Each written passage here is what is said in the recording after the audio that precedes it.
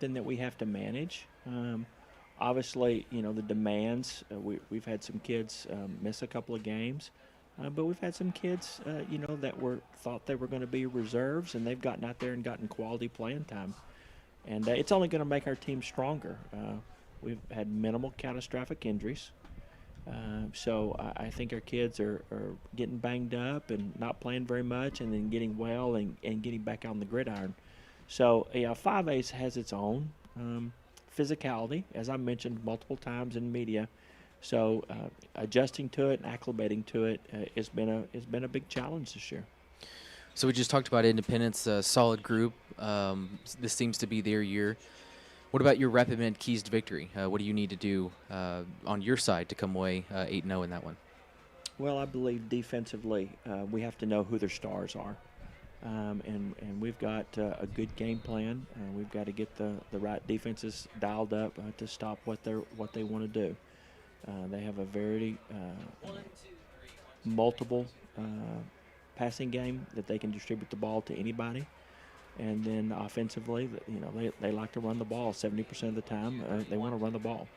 And so we've got to be stellar up on the defensive line, knock them back, and be good tacklers. I think offensively, we're not sure what they're going to give us, so we've got to be prepared for a multitude of defenses. Obviously, we're going to have to run the ball. That's the basis of our defense. But I hope there's going to be some opportunities in the game that we reduce that 6 inches back to 0 inches, and we throw and catch the best we have all year from our quarterback and wide receivers positions. That's been our goal each and every week, and they've worked really hard at it. So we're looking forward to that light coming on and that coming to fruition. I always like to mention special teams. I think our special teams were spot on last week. We have a new game plan this week with lots of variances. And so we were so strong last week, we need to be equally strong this week with all of our kicking game. Our kickoff team and our punt coverage team, we've made some tweaks and changes to that to accommodate what Independence does, and I'm looking forward to the successes in those teams. You said last week you had a really good chance at blocking a punt, and, boy, you came an eyelash away from blocking one last week, it felt like, a couple times. Yeah, we ran by the ball one time. And so we had to work on that this week, how to block the ball behind you. But our kids were very smart. They did exactly what they were coached to do, and they were very athletic in getting in there. And so it just puts lots of pressure on the other team, and consequently it helped us out. One final thing before I let you go. We've seen a few teams this year try to keep the ball away from your offense. And with them running at a 70% clip, it seems like they may try to hold the time of possession against you. So in defensive meetings, is that talked about? Like, hey, they want you on the field, let's get you off the field. Oh, yeah. And I don't think that causes us to be abnormally risky. I don't think it causes us to be abnormally conservative.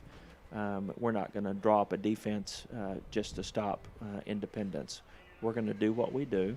We're a very versatile defense, and I think we'll have the right people in the game to get them stopped and force punts and give our offense as many opportunities as possible. Great info, Coach. Appreciate your time, and best of luck this Friday. Thank you, Blake. All right, one more break inside the LHM Financial Pregame Show, and when we return, Kenny and the gang will get you ready for kick. This is Eagle Football, brought to you by the Argyle Eagles Booster Club. This broadcast is made possible by the generous support of our corporate advertising sponsors who have enabled Argyle.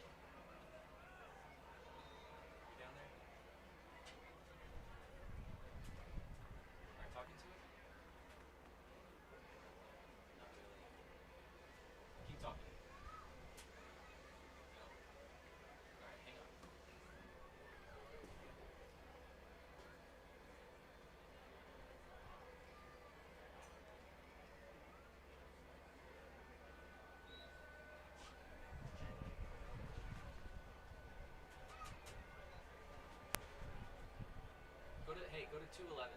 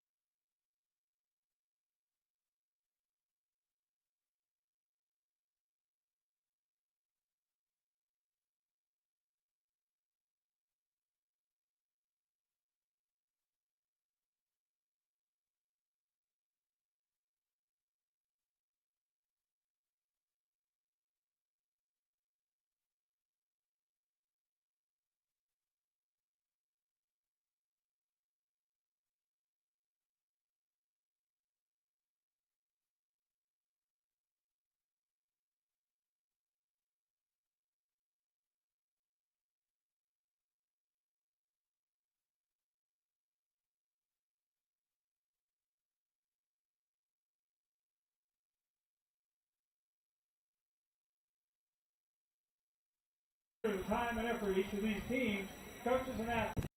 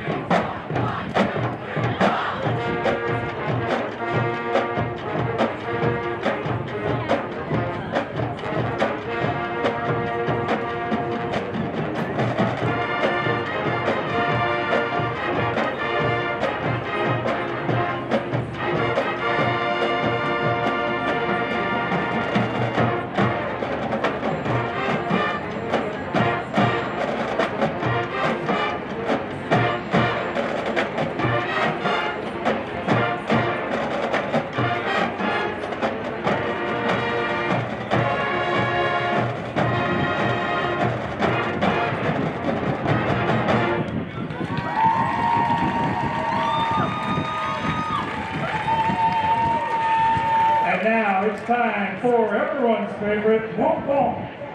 Let's everybody stand up and dance and sing along to the Argyle High School and Middle School marching band.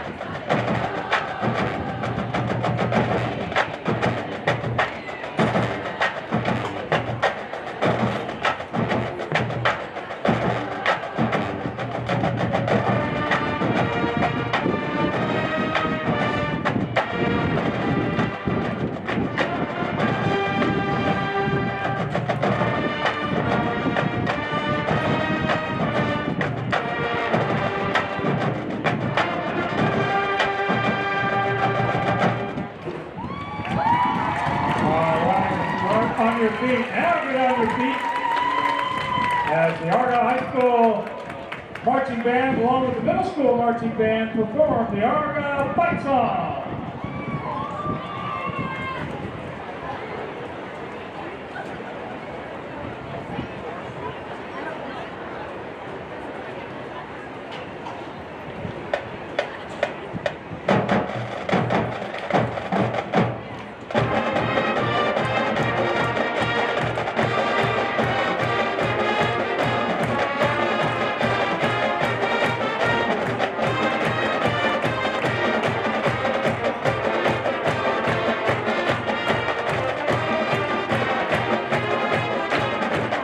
As well, and he plays a little bit of offense, but he's a great leader for us. Another one on the defensive front is number 11, Chase Warren. You'll see him trying to get in the backfield all night and hopefully giving the O-line fits, but he's a great player for us and a great young man. On offense, our quarterback, Mateo Quatron, he's just a cool cucumber, man. You look back there and it's 4th and 6 or whatever, and he's not afraid at all to step up in the pocket and make that throw and pick up a first down for his team and take us down and go score. And then, our tight end is the one everybody looks like. He's 6'5" and big and strong, 215 pounds, fast. And but more than all that, he's a great teammate and a great young man and high character. So we're pretty proud of these boys, and they're a great group. That's awesome. Love to hear that. This has been the head coach of the Frisco Independence Knights, Nick Stokes, on with us. Coach, greatly enjoyed chatting with you. Best of luck in Friday night, and be careful getting to Argyle. Yes, sir. Appreciate you. Appreciate the time from Coach Stokes. Coming up next in the LHM Financial Pregame Show, we hear from Coach Rodgers before Argyle faces Frisco Independence in Week 9. Hello, Eagle fans. This is Joe and Tina Bartram with LHM Financial. We're a privately owned mortgage lender since 1998, offering home financing options for your family needs. LHM Financial is a proud sponsor of the Argyle Eagles and an active member in the community. So mention this ad and receive $500 towards the cost of your appraisal when we do your financing on your next home. Give me a call at 817-601-7800. If you have dreams, we have solutions. LHM is licensed by the Texas Department of Savings and Mortgage Lending. LHM NMLS is 184530. Joe Bartram's NMLS is 1010778. Go Eagles! 407 Barbecue is a proud supporter of the Argyle Eagles. Named the very best barbecue in all of DFW several times over, 407 Barbecue offers an array of award-winning smoked meats, including mouth-watering brisket and rib. If you're brave enough, try to tackle on your own Spudzilla. No plate is complete without one of their world-famous sides either. And don't get out the door until you round out your trip with a bowl of Grandma's banana pudding. 407 Barbecue is family-owned and operated by your neighbors right here in Argyle. See their menu and catering options online at 407bbq.com or see for yourself at I-35W exit 407. 407 Barbecue.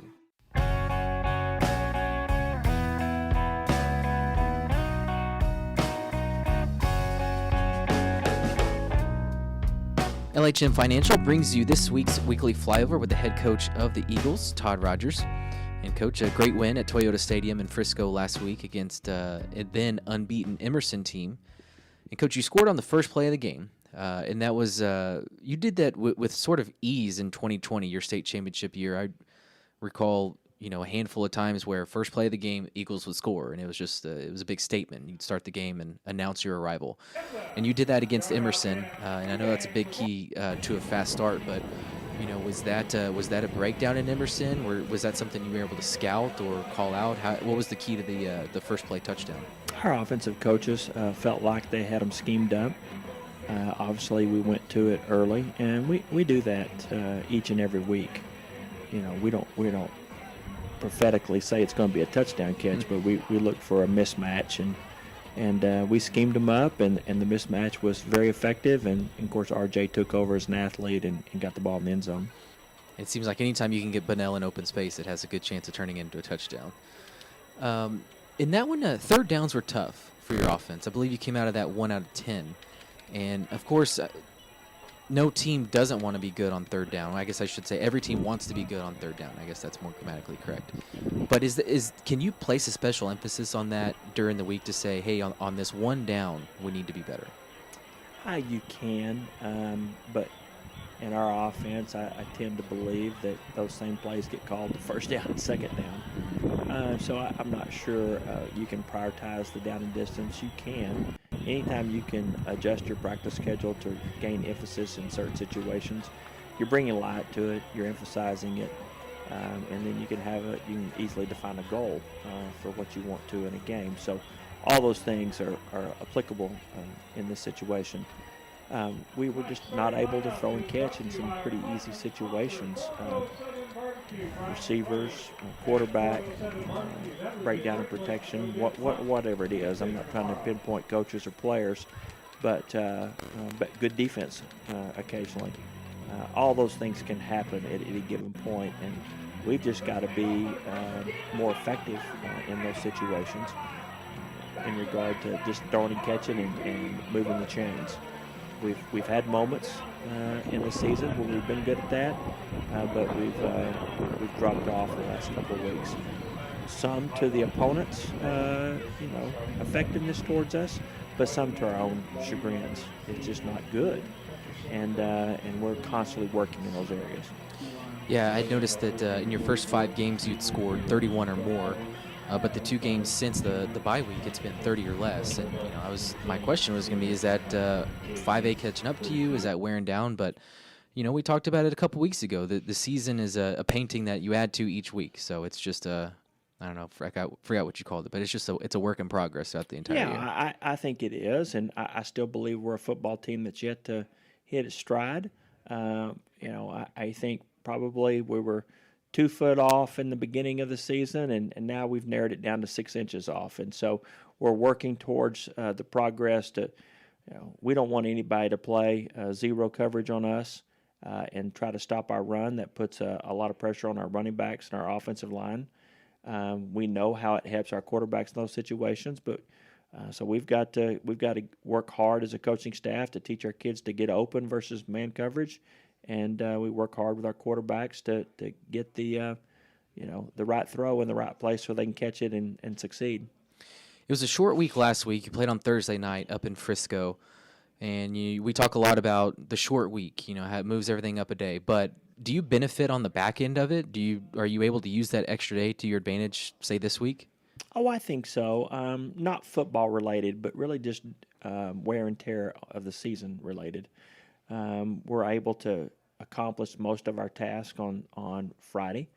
We did make the training room available on Saturday, and we had huge participation. So I think that was just another day of the kids getting up here and getting treatment, be it what it may.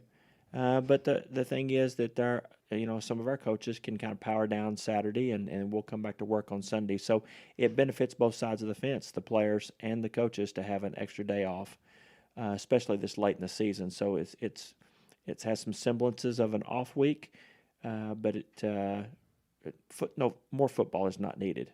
No. Definitely. Back in 60 seconds with Coach Rodgers and his keys to victory. Buying or selling a home is likely your greatest investment. Lori Jacobson and the Legacy Group believe in making the process easy and simple for your family. Whether you're moving into your forever home in Argyle, need help remodeling or staging, or are a first-time buyer, Lori's dedicated to making sure all of her clients walk away from the transaction satisfied. She has a saying that you walk in as a client, but you leave as a friend. So it's no secret why she's been named Best Real Estate Agent by D Magazine yet again. Lori Jacobson encourages all the Argyle Eagles to leave a legacy both on and off the field. Go Eagles!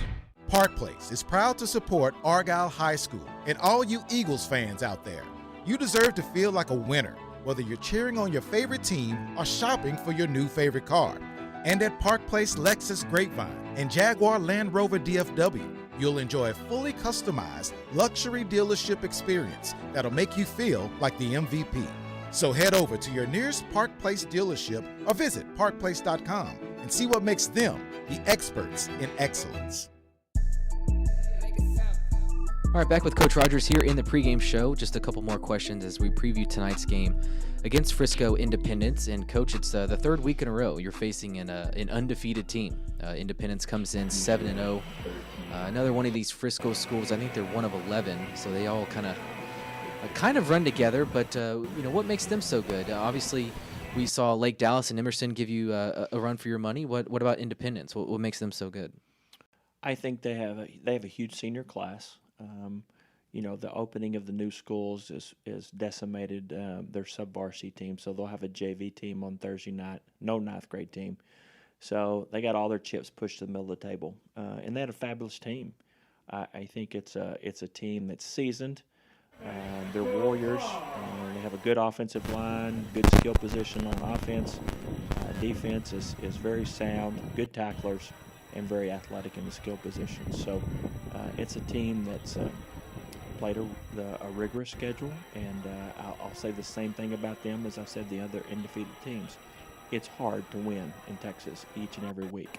So the coaches are doing a good job, the kids are doing a good job, and they got all their ducks in a row right now. So like we mentioned, your record of the opponents that you've played has to be through the roof. You've played a ton of good teams this year. There has not been an easy win for you yet. Is 5A caught up to you yet? Of there are no weeks off, it seems like. Yeah, I believe it has. I think it's something that we have to manage. Obviously, the demands. We've had some kids miss a couple of games. But we've had some kids, that thought they were going to be reserves, and they've gotten out there and gotten quality playing time. And it's only going to make our team stronger. We've had minimal catastrophic injuries. So I think our kids are getting banged up and not playing very much, and then getting well and getting back on the gridiron. So, 5A has its own physicality, as I mentioned multiple times in media. So adjusting to it and acclimating to it has been a big challenge this year. So we just talked about Independence, a solid group. This seems to be their year. What about your Rapid keys to victory? What do you need to do on your side to come away 8-0 in that one? Well, I believe defensively we have to know who their stars are. And we've got a good game plan. We've got to get the right defenses dialed up to stop what they want to do. They have a very multiple passing game that they can distribute the ball to anybody, and then offensively, they like to run the ball 70% of the time. They want to run the ball, and so we've got to be stellar up on the defensive line, knock them back, and be good tacklers. I think offensively, we're not sure what they're going to give us, so we've got to be prepared for a multitude of defenses. Obviously, we're going to have to run the ball. That's the basis of our defense. But I hope there's going to be some opportunities in the game that we reduce that 6 inches back to 0 inches, and we throw and catch the best we have all year from our quarterback and wide receivers positions. That's been our goal each and every week, and they've worked really hard at it. So we're looking forward to that light coming on and that coming to fruition. I always like to mention special teams. I think our special teams were spot on last week. We have a new game plan this week with lots of variances, and so we were so strong last week. We need to be equally strong this week with all of our kicking game. Our kickoff team and our punt coverage team, we've made some tweaks and changes to that to accommodate what Independence does, and I'm looking forward to the successes in those teams. You said last week you had a really good chance at blocking a punt, and boy, you came an eyelash away from blocking one last week, it felt like, a couple times. Yeah, we ran by the ball one time. And so we had to work on that this week, how to block the ball behind you. But our kids were very smart. They did exactly what they were coached to do, and they were very athletic in getting in there. And so it just puts lots of pressure on the other team, and consequently, it helped us out. One final thing before I let you go. We've seen a few teams this year try to keep the ball away from your offense. And with them running at a 70% clip, it seems like they may try to hold the time of possession against you. So in defensive meetings, is that talked about? Like, hey, they want you on the field, let's get you off the field. Oh, yeah.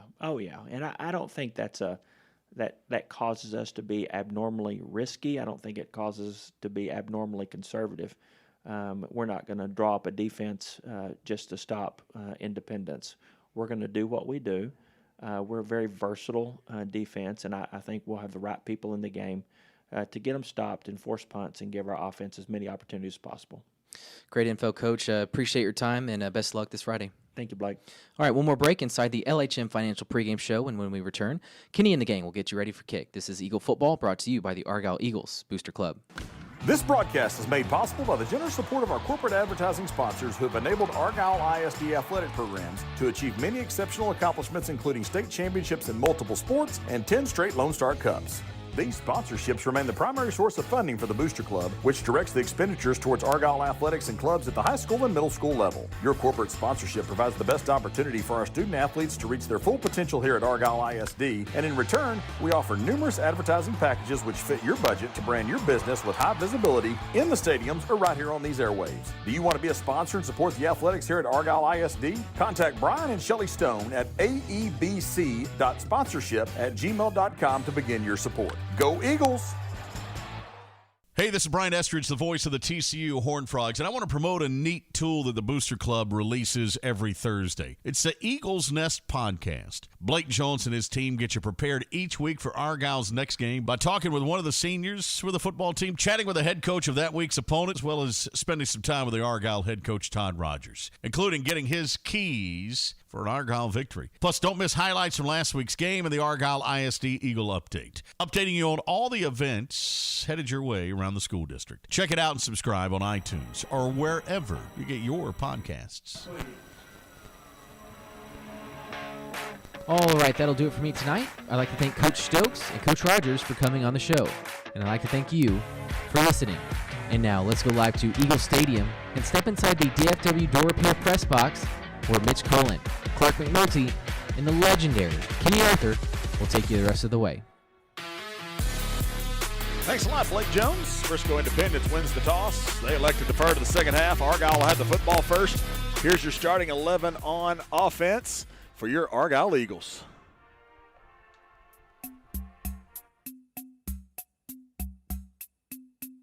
Argyle wants to throw on first down. They got a man wide open. R.J. Bennell out of the backfield. New wrinkle, breaks the tackle at the 20. Down the sideline he goes. And a first play touchdown. 50 yards. Jacob.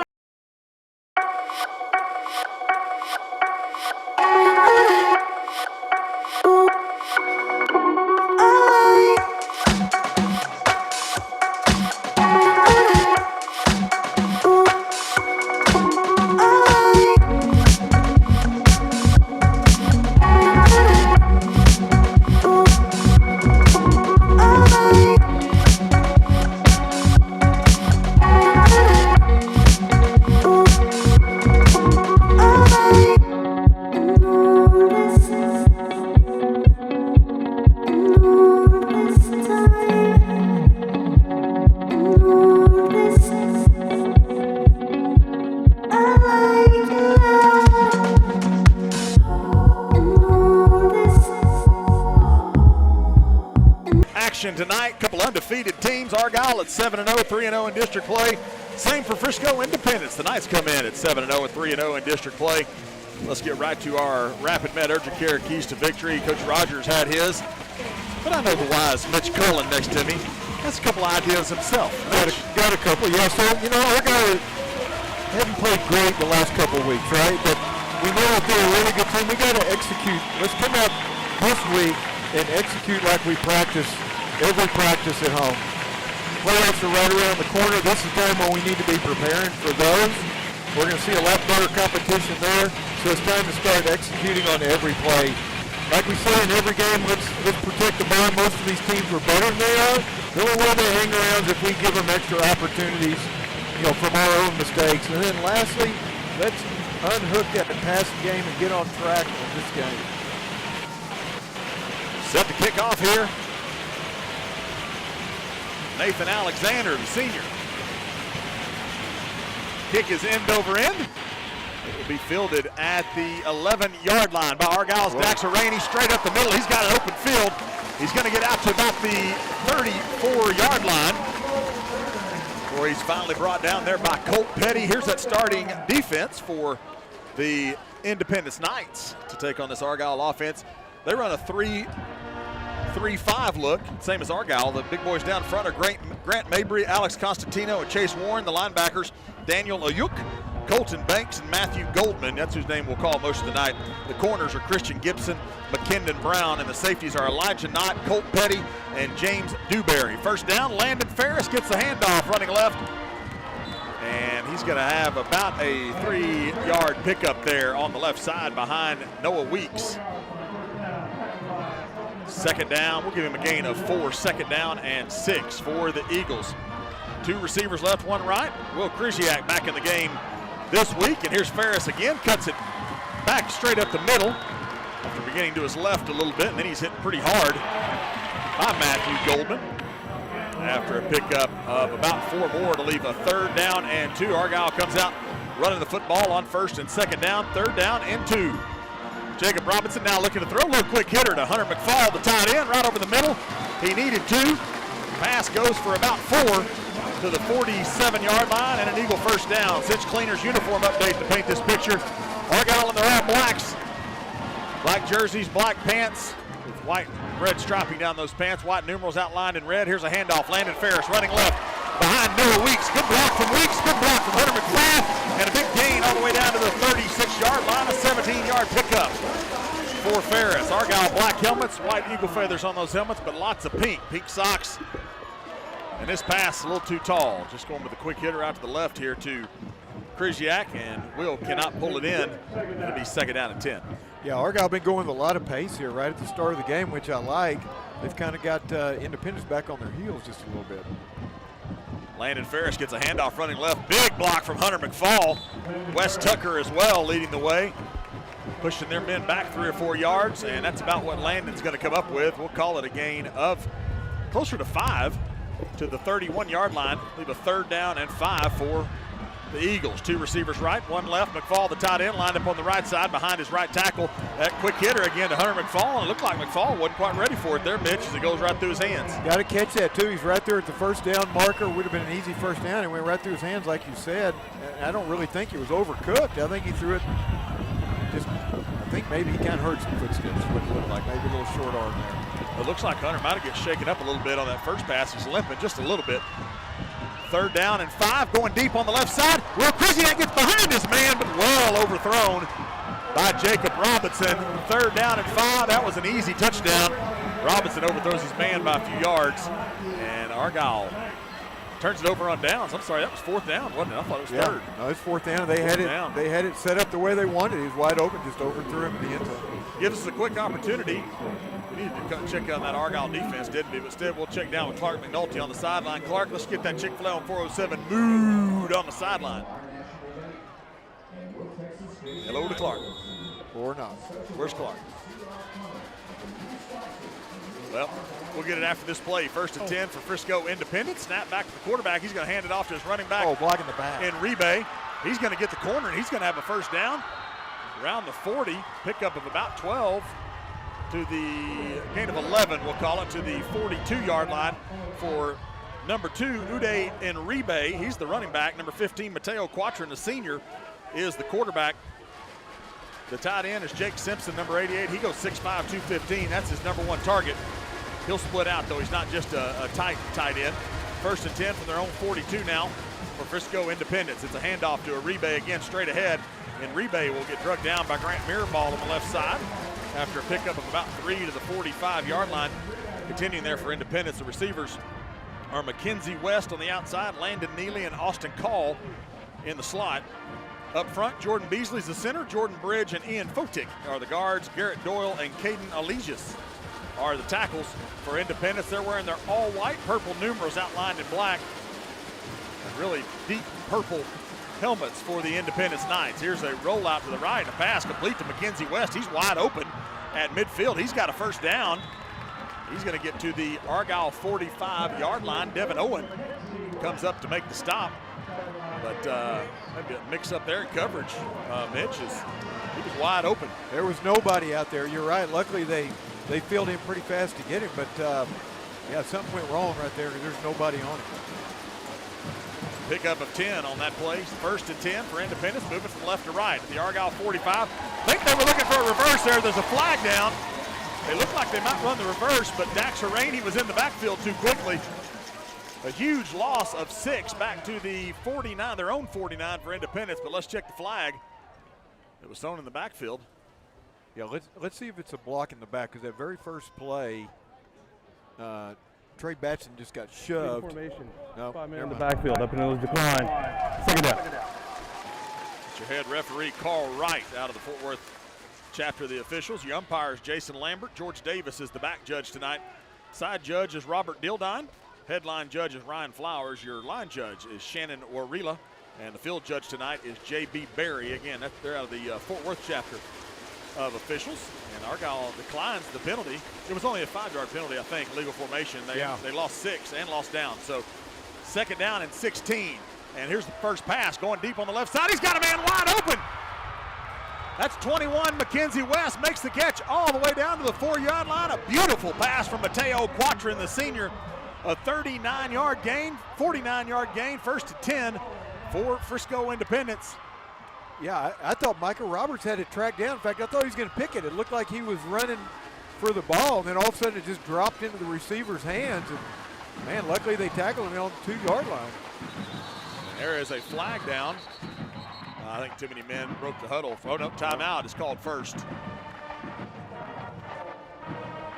We get a timeout by Frisco Independence. They may have had too many men on the field. So while we've got this quick break in the action, let's find out who that starting 11 is on defense for your Argyle Eagles.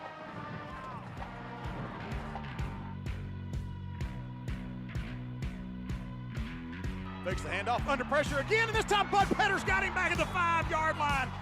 Back-to-back sacks, RVP, Bud Petter. They're going to mark him down at the 6-yard line, a 9-yard loss, and quickly a 4th down after first down was a little promising for the Mavericks. Todd Rodgers, head coach. This is my starting 11 on defense. Michael Madry, 99, senior, D-line. Hunter Sandiford, number 41, senior, D-line. Rylie Van Poppel, number 44, senior, D-line. Bud Petter, number 25, junior, linebacker. Grant Mirabal, number 10, senior, linebacker. Caden Yates, 42, senior, outside linebacker. Devin Owen, number 8, junior, outside linebacker. Will Krzyziak, 13, sophomore, corner. Dax Harani, number 2, senior, DB. Parker Phillips, 18, senior, DB. Trey Batson, number 21, senior, cornerback. Coach Lundy, defensive coordinator. Back to action here with 8:45 to play in the first quarter. No score. Independence knocking on the door, but they move a little early. Move a little early here does Independence, and so they'll back them up 5. They were on the 3, so that'll be 1st and goal from the 8 for the Knights. Referee's field mic works tonight. Yeah, I don't know if you noticed or not. It does. Yeah, the funny thing about Uribe, he says he's 198. It looks like he's about 225 to me. Dude's pretty stout. They switch out their backs quite a bit, so new back in there now. Number 5, Keith Rockwell. He goes 5'11", 200. He's a senior. He's going to get the handoff straight ahead, and he runs right into the Argyle defense. Getting up off the bottom of the pile there was Grant Mirabal. Boy, that's a big hit both ways right there. He thought there was a hole, and it closed really fast. Grant Mirabal, though, took a pretty good shoulder as he made that stop. Maybe a gain of a yard. 2nd down and goal from the 7 for Independence. Quatrin flaps his hands together. Snap back to him from the shotgun. He's going to throw. He's throwing toward the end zone, too tall. He had a man open there in front of the E in Eagles in the end zone. Pass was intended there for Landon Neely. Too tall from Quatrin to be 3rd and goal. Yeah, he missed that one too because he did a little curl in route right there, and he just overthrew him because there was a bunch of traffic around him, but he was open. Should have made that play. Yeah, he throws that. That's one you throw down around the knees. Yep. That's an easier throw than the one Argyle missed on. Yeah, put it that way. 3rd down and goal from the 7 for Independence. Argyle fans are on their feet. Quatrin rolling to his right. He's under pressure. Chasing him is Caden Yates. Just throws for the end zone. It's intercepted. There is a flag down. They're going to get an interference call, and it was unnecessary, but Jaquan Felton is going to get called for pass interference in the end zone. He pushed Landon Neely to the ground from behind. It's the right call, I believe. Yeah, you know what, Kenny, I think he pushed him out of the way to get the ball because it was a duck, right? It was wobbling like crazy, and it was never going to get to the receiver. And I think he just pushed him out of the way so he could make the pick. I mean, pass interference on the defense. Automatic 1st down. Ball will be placed at the 2-yard line. And that's a shame because they had him stopped right there. Even if it's not picked, they're going to have to kick a field goal. And Landon Neely. And you're right. He pushed him out of the way to get to the ball. And you can go for the ball, but you can't necessarily. No. He was directly behind him, and he just pushed him down to the ground from behind. So first and goal from the 2 now for Frisco Independence. They give him the shot. Rockwell in the backfield, pistol formation. Oh, he jumped. Yeah, receiver moved over there. That's Mackenzie West. Ball start, number 21, offense, 5-yard penalty, go for the play. He just barely moved over there. It's like the quarterback quadrant is trying to hard count. Yeah, hard count, draw Argyle off sides, and he made his own man jump. Yeah, and if you think about it, if you're on defense and the ball's on the 1 yard line, you can try and anticipate the snap count, because what's it going to cost you if you don't? Yeah, half a yard. Yeah. So first and goal now, back from the 7 for the Knights. Austin Call, the halfback, is kind of lined up more like a fullback right behind the right guard. Pistol formation again. One to throw, straight drop, under some pressure, being chased out of the pocket, rolling right, now throwing to the end zone. Incomplete. Too tall and intended for Landon Neely. Good coverage over there. Again, Jaquan Felton had him man for man. Pass falls incomplete. It'll be second goal from the 7. Yeah, and Michael Madry was after him. He was running for his life there. Independence is better if they'll just stand back there in the pocket. They seem to have a pretty good protection package set up if he'll stay in the pocket, but he kind of gets flighty and takes off running. When he does, those Argyle defenders are chasing after him. That's when things go bad for him. Second down goal from the 7. 2 receivers right, 1 left. Now handoff, Rockwell straight ahead. He's dragging Mirabal. Mirabal is down the ground, had him wrapped up around the ankle. He's going to drag him to about the 2-yard line, back to the original line of scrimmage. And that'll be third down and goal from the 2 for Independence. Yeah, got to be 4-down territory, right? I don't think they kick a field goal. Argyle faithful up on their feet again, play 10 of this drive. Third down and goal. They actually have it spotted at about the 2.5. Pistol formation. 2 receivers right, 1 left. Going to give it to Rockwell again. Straight ahead, and he's hit. Michael Madry stands him up. He will not get there. Matter of fact, he may lose a half a yard. Back to the 3. It'll be 4th and goal. Yeah, they stopped him right at the line of scrimmage. They got no push at all.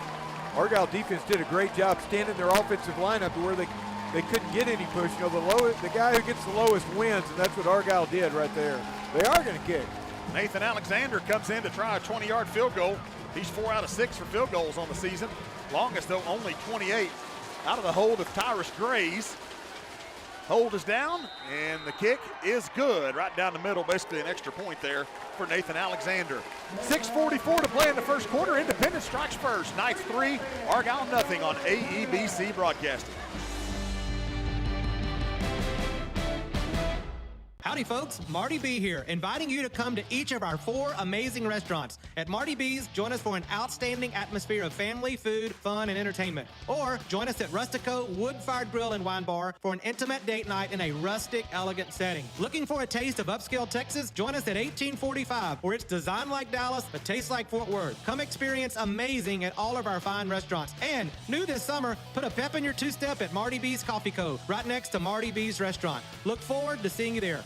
This is Dr. Michael Pace. There's a reason why so many dentists in our area refer their patients to Northern Texas Facial and Oral Surgery for implant or wisdom tooth care, and that's trust. As your oral surgeons, we work closely with other dental professionals to create a dental healthcare team to make sure patients get the right treatment in just the right way. That's what dentists in our area have come to expect from Northern Texas Facial and Oral Surgery, and it's what patients can depend on. See us online at ntfos.com or call us at 972-371-0125. Kickoff by number 71. I'm sorry, 70. I'll get this right in a minute. Akshar Jyoti kind of got that one off the side of his foot or something. It goes out of bounds, and Argyle will have great field position to start, but we've got a drive summary here. Mitchie Poo, how about a drive summary? We got it. I hate it. It's theirs to start the game, but it is. It's brought to us by Dave and Kathy Salisbury, the real estate station. So pretty unusual in Argyle games. 10 plays, 66 yards, 3 minutes and 46 seconds off the clock. Big play of the drive was a 49-yard pass on first down. Was it first play of the drive? Yeah. 49 yards, then Argyle with a great defensive stand where 2 false start penalties kind of pushed Independence back. They help a lot. John Gailey now in at quarterback for Argyle, and Gailey's going to go deep. He's got a man. He's got Krzyzak, and he overthrows him. A little bit closer this time, and might have nicked the fingertips of Will Krzyzak as he dove for that one, but another overthrow and incomplete. It'll be second down and 10. Yeah, I think when they watch that film tomorrow, Krzyzak's going to say, I should have run through that. I don't think he ran all the way through that. It looked like he kind of slowed up. Then he tried to jump back on the gas and couldn't do it. R.J. Bunnell in at running back, runs up the back of Jason Crowder, his center, and then able to pick up 5 yards after that to the 40-yard line. Be third down and 5. A few new different receivers out there. Wayne Pritt's back in the game for the first time in a couple of weeks. He was hurt in the Memorial game. Here's going to be a free play for Argyle. Gailey going to go deep again on the right side. He's got a man, and that ball is knocked away. Good defense there by Independence. Colt Petty made the able to knock that pass away. Intended for Will Hodson, but we'll get the call for an offside here, and that should be a first down. Offside on the defense. Maybe the mic's not working. Not like it should anyway. Yeah, more than it should right there, right? So I think one thing Argyle has seen already in the game is they've got the deep ball if they want it, right? They're just going to have to go back to my key of the game, which is execution. R.J. Bunnell running left, gets the corner. Right on the midfield stripe, now cuts it inside, 45-40, and run out of bounds by Elijah Knott. But not till he gets to the 34-yard line, a 21-yard gain for R.J. Bunnell, Eagle first down. Argyle to the line quickly. Gailey, quick hitter out to Jaquan Felton. Good block by Wayne Pritz. Felton, he's hammered. A good yardage inside the 30 to the 27-yard line. That's a 7-yard gain on that pass out to Jaquan Felton. Again, great blocking by big Wayne Pritz, who's lined up in the slot. Second down and 2. Bunnell straight ahead. A nice job defensively there by the linebacker, fighting off his block. He does get 2 yards, but a good stop by Daniel Ayuk. But that's another Argyle first down at the 24 of Independence. Bunnell running left, breaks the tackle at the 20, now cuts it outside at the numbers. Drug out of bounds inside the 15, the 13-yard line, and the you heard there from Mitch was McKinnon Brown. Drug him out of bounds and might have thrown him down after the whistle. Yeah, at some point you got to stop, right? And he was beyond the black, that's beyond the white, so could have been called. Another first down, ball at the 13-yard line for Argyle. Handoff, Bunnell again, cuts it inside, straight up the middle at the 5. He's tripped up. Thought he was going to have the touchdown. Elijah Knott saves the touchdown. Good blocking up front. Thor Johansson was 10 yards downfield. A 10-yard gain to the 3. It's first and goal, Argyle. There to the line before the chains can even be set. Bunnell, easy touchdown. Oh, did he not get in? Thought that was an easy touchdown on the right side. They're saying he's down inside the 1. He's halfway in the end zone, isn't he, his body? I guess not. That's okay. Clark in our ear, he's closer than we are. He says good spot, so we'll trust that it was the right spot. So second goal inside the 1. Gailey now goes up under center. Quarterback sneak, gets a push from Austin Crowder. His center, Jason Crowder, straight ahead. And an Argyle touchdown, a 1-yard touchdown run for John Gailey. R.J. Bunnell does most of the work on that drive. 6 on the board for the Eagles. Yeah, so the good news there for Argyle is the touchdown. The bad news for Argyle there is they really didn't execute on the pass plays where they had at least 3 really good opportunities to do something. But right there, that very last quarterback sneak that just means that our weight program's better than Independence right there. That's right. Carter Buxton to tip the extra point. Snap's good, hold is down, and Buxton's extra point is good. 5:08 to play first quarter. Now Argyle 7, Independence 3 on Argyle Eagle Booster Club Broadcasting.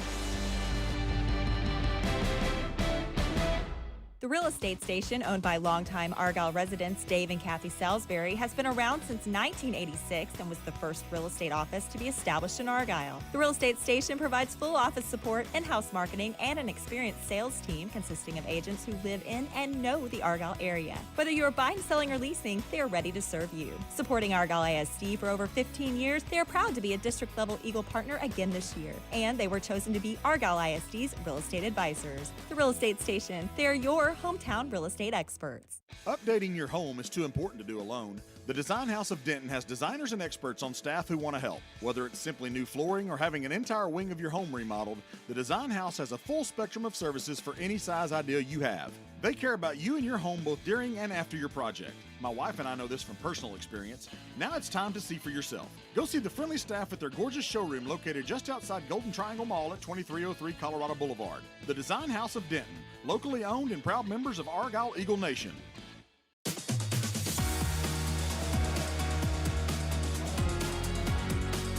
Back deep for Independence. Uday and Ribe. Elijah Knott.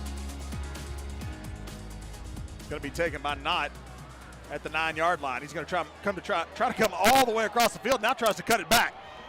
Now a whole slew of black jerseys are there. And Justice Jones makes a stop at the 15-yard line. That's where Independence will have it, 1st and 10 for their second drive of the game, and an Argyle drive summary with Mitchy Poo. Yeah, finally we get one for Argyle, right? So that last one was 9 plays, 65 yards, a minute 36 off the clock. 7 of the 9 plays were runs. R.J. Bunnell, 57 of the 65 yards. That was brought to us by Ty and Jennifer Homeyer of the Design House. I am determined to go to Clark McNulty after this play. We haven't even gotten our mood on the sideline yet. 1st and 10 from the 15 for Independence. Handoff. It's Enribe straight ahead, and he cannot get away from Grant Mirabal. Right back to the line of scrimmage, and that's it. No gain for Enribe. And let's talk to Clark down there. How about a little Chick-fil-A on 407 mood on the sideline, Clark? Well, offensively, I'll tell you this much. They're really jacked up about their run game, but they're going to continue to work on their passing game, try to get that completion percentage up about 60%, and I think that's where that's their goal so that they can work at optimum capacity moving forward and into the playoffs. Pistol look again here for the Knights. 2 receivers right. Rolling out to his right is Quatrin. He's looking. He's got a man. Lots of cushion given to Mackenzie West there by Jaquan Felton. The catch is made at the 27-yard line. And that is a first down, a pickup of 12 on that pass from Quatrin to Mackenzie West. That was super slow developing, wasn't it? I mean, those receivers were winding around, making all kinds of cuts to get into their route, and the quarterback was rolling. Just too much time and not a great job of covering those receivers. 1st and 10 from the 27 here for the Knights. 2 receivers left this time, 1 right. And it's going to be Enribe straight ahead. Looked like he had a hole there. I think he thought he had a hole, but it closed quickly as Hunter Sandifer grabbed him around the ankles and drug him down. After a pickup of only Hector. Hector drags him down after a pickup of about 3. 2nd down and 7. Yeah, the D-line linebackers came to play the run tonight, that's for sure, and they are dominating those guys. Ball right at the 30-yard line for Independence. 3:28 to play first quarter. Argyle leading 7-3. Delayed handoff. And Ribe, you can't delay with this Argyle defense. Again, it's Hunter Sandifer wrapping him up around the ankles. Bud Petter getting him up high. No gain. It'll be 3rd down and 7. Bud Petter was running a stunt and came all the way across, and as he broke through the line of scrimmage, he saw the runner going on the side where he just came from. Closed on him really fast. 3rd down and 7. Independence looking at the sideline. Get the call from the offensive coordinator, Chase Adams. They're in no hurry. 1 receiver to either side. Tight end Jake Simpson is in tight this time. Pistol formation. Handoff. Nope, fake handoff. Rolling right is Quatrin again. He's looking. This time he's got a man at the 35. And that's going to be just enough for a first down. He was open as well. Austin Call, the halfback out of the backfield this time. And he picks up 8 to the 38-yard line. He needed 7, and that's a first down for Independence. Yeah, and that was a great play by the quarterback because he held it and forced the cornerback to come up thinking he was going to run, and then when he did, he just dumped it over his head for the first down. That's a nice play. Pretty impressed so far by the 6'1", 205-pound senior quarterback, Mateo Quatrin. Quatrin's going to hand it this time, though, to Enribe, and they're going to just throw all the time if that keeps happening. Nowhere to go. Trey Batson in the backfield this time, coming up from one of the safety spots. A loss of a yard. The 2nd down and 11 now back at the 37. Yeah, and you know what's kind of understated in this is Argyle making all those tackles on their running game, and they're bringing in fresh backs every other play. So it's not like they got some guy who's just dog-tired running the ball. They got fresh legs coming in all the time. Play 7 of this drive, 2nd down 11, moving from left to right, and they're all whites. Is Frisco Independence. Snap back to Quatrin. He's going to roll to his left. Under some pressure from Petter. Now he's going to throw way too high, intended for Mackenzie West. He gets a little shove there from Trey Batson as he was on his way back down, but pass is incomplete. It'll be 3rd down and 11. Yeah, and that was not a good throw by him that time. He threw it way over his head. I'm not sure that he was that open. It's going to be a really hard throw because you're throwing against your body when you're running left like that. But that's what Argyle needs to do right there. Keep him on the move. Yeah, I don't think, from watching some film on these guys, he doesn't roll out a whole lot. I think they've been watching film, saw Van Poppel, Madry, Gregory, and Sandifer, and said, we got to get out of the pocket. This time they try, but it ends up being a counter. Rylie Van Poppel, though, doesn't keep him wrapped up in the backfield. Wow. But held him long enough for Jaquan Felton to come and make the stop. So Scooter Pop, first one back there, makes the stop and allows Jaquan Felton to come up and get credit for the tackle. Loss of 4 back to the 33-yard line. Glad we got that new nickname for RVP. Scooter Pop. Yeah, he said nobody knows Scooter around here. That's an old nickname. So, of course, we're going to start using it. Yeah, he had him. All his buddies call him Pop. So he had him way back, too. Oh, Argyle has a chance, and they do get to the punter, Devin Owen. Oh, and now they throw a late flag. I'm not sure they touched the ball. Well, but let me tell you why they threw the flag. I'm going to tell you exactly why the referee threw the flag. That's Devin Owen's fault. Devin runs into the kicker's leg, not the ball. And Devin started putting his hands on his head like, dang it, I did something wrong. That's when the referee threw the flag. The referee didn't know if he had blocked it or not, I don't think, until Devin made it look like he didn't. Running into the kicker. On defense, 5-yard penalty, still 4th down. Now, it's only a 5-yard penalty, so it's still 4th down.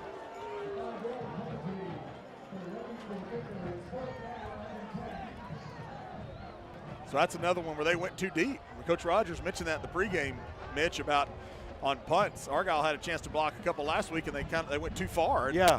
Kind of same situation this week. Deep snappers Garrett Doyle, number 55 for Independence, and the punters. You think he's a little bit shaken having to kick this now? He's not even close to being that far. Hey, let's go down to Clark. Clark, you just mentioned it, something about the punter. Yeah, normally the punter's 12 yards behind the center. Right now he's about 8. There it comes again, and Argyle almost gets to this one, but he does get it away, and it's going to be caught, fielded at the 27, and Dax Rainey's going to try to get the corner, and he's run out of bounds here on the near side. Nice return from Dax Rainey, a 35-yard punt and a 13-yard return for Dax Rainey. So Argyle has great field position. They'll start at their own 43-yard line. Hey, when you want Argyle spirit wear, go to the team with the biggest and best selection. Go to the OG, Connie Johnson and the crew at A-Town Apparel are the official spirit wear provider for Argyle Athletics. If you're a true Argyle fan, shop with A-Town Apparel, knowing your money is not only supporting a local business, but also supporting Argyle ISD. If you can't find it at the game, talk to the A-Town gang or check online at atownaapparel.com. Argyle going with 4 receivers split out wide right and no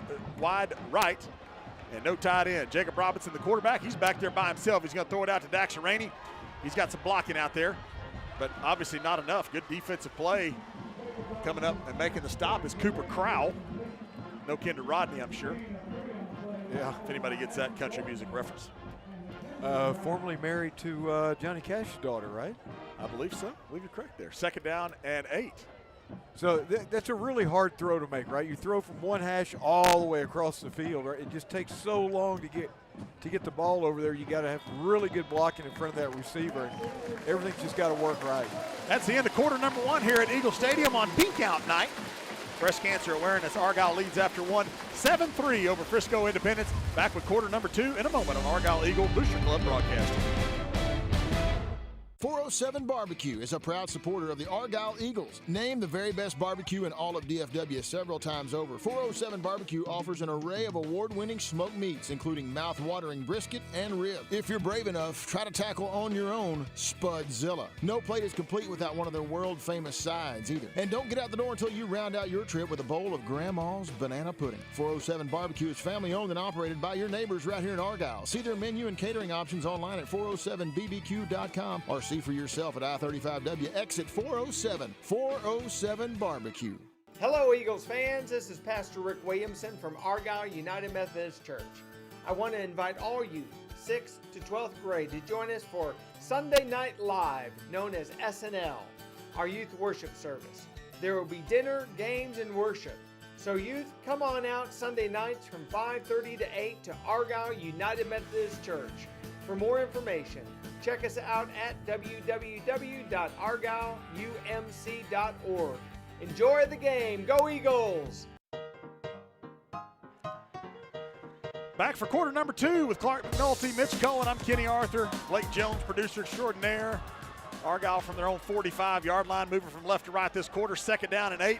Jacob Robinson calls his own number, and he's going to get to the 48-yard line. It's all about a pickup of 3 is all for Robinson. It'll leave 3rd down and 5. Argyle leads 7-3 as we head to quarter number 2. Yeah, you know, if he would sell that as a pass a little bit more, it might open up better for him right there. He's a good runner, but you need to help yourself out and make them think something else is coming. Free play again for Argyle. His jumping is Independence, but Robinson now just going to throw it away. He takes off running. If you got the free play, you just toss it downfield, don't you? Yeah, you do. But Will Hodgson stopped. He didn't run the fly route. He stopped and turned back. And officials might not working, but it is an offside, and that is a gain of 5 with the penalty. And so Argyle will have a 1st down. That'll move them into Independence territory at the 47-yard line. 2nd time they've jumped off sides on 3rd and 5, Mitch. Yeah, I mean, those are the mistakes you can't make, especially when you're not the better team in the game. Well, and you've seen Argyle do that for years, Oh, by the way, yeah. not just this season. Pass out is complete. The quick hitter, Dax Rainey. He's getting blocking from Lane Stewart out there. Will Hodgson. And Haraney picks up most of it himself. He gets about 4 yards out there on the left side in front of the Independence bench. Gets him down to the 43-yard line. He's 2nd down and 6. Yeah, Hodgson with a nice lead block out there. He just got a bunch of help. Independence got a bunch of help coming in to make the tackle. Robinson looking to throw. Now he's wanting to go deep on the wheel route, and that one was nowhere close to Dax Rainey. Rainey was going in motion and kind of ran a wheel route down on the sideline, and pass was way behind him, incomplete. It'll be 3rd down and 6. Yeah, I don't know if he's trying to throw that back shoulder, right, where he would come back and make that catch, because it just didn't look like they were on the same page right there. Yeah.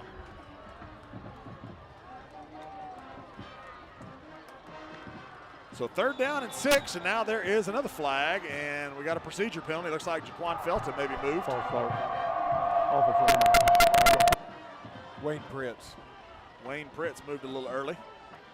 So now Argyle still at 3rd and 6, 3rd and 11. A little sloppy so far. I mean, lots of, if we're talking tennis, some unforced errors. Yeah, for sure. So now Argyle 3rd and 11, 10:45 to play 2nd quarter. Argyle leads 7-3. Robinson looking, he's got a lot of time. Now he flushed out of the pocket, rolls right, and passes incomplete. Would have had to be a miraculous one-handed catch for Jaquan Felton. He actually almost pulled it in, but incomplete. It's 4th down. Yeah, he just led him by too much. I think he had the chance to catch that and make a play, but he just led him too much. That sideline just came up on him a little bit too fast. Trey Batson in punt formation. Elijah Knott stands back at the 16-yard line. He's not related to former Argyle United Methodist Church pastor Corey Knott, is he? I don't think so. They live in Plano, I think. Nice punt. Going to roll all the way inside the 10-yard line. Great job. Ethan Fetters finally jumps on it. All the way down to the 9-yard line. 39-yard punt for Trey Batson. No return, and Independence will have it 1st and 10 at their own 9-yard line. Hey, trust your smile to the practice that cares with Dr. Susan Randall and all the great staff at Argyle Dental Associates, located in the heart of Argyle at 136 Old Town Boulevard North. Dr. Randall's been practicing in Argyle for over 20 years. Expect the comfort you deserve and care you can trust at Argyle Dental Associates.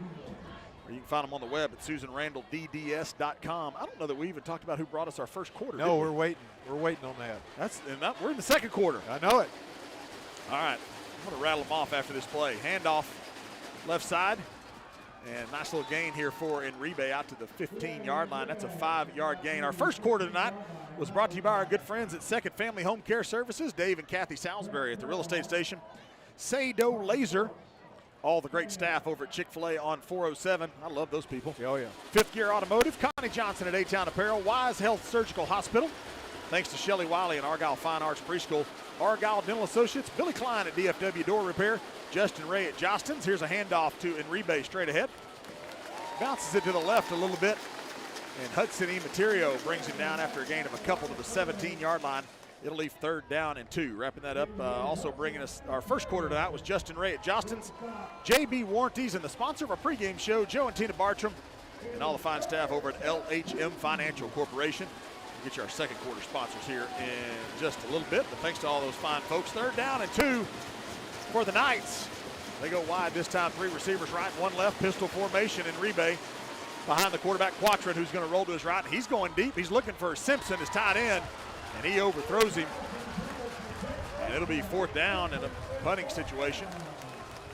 Yeah, he had a step right there. Just that pass is going to have to be just perfect, and there's just no way. There's no way to do that. And I can see, hey, let's go down to Clark. Clark, number 55 right there is your deep snapper. And as soon as it went to 4th down, you see him put his hands on his hips like, I don't want to do this. Well, he's not quite sure how far the punter is behind him. It looks like we're going with the QB.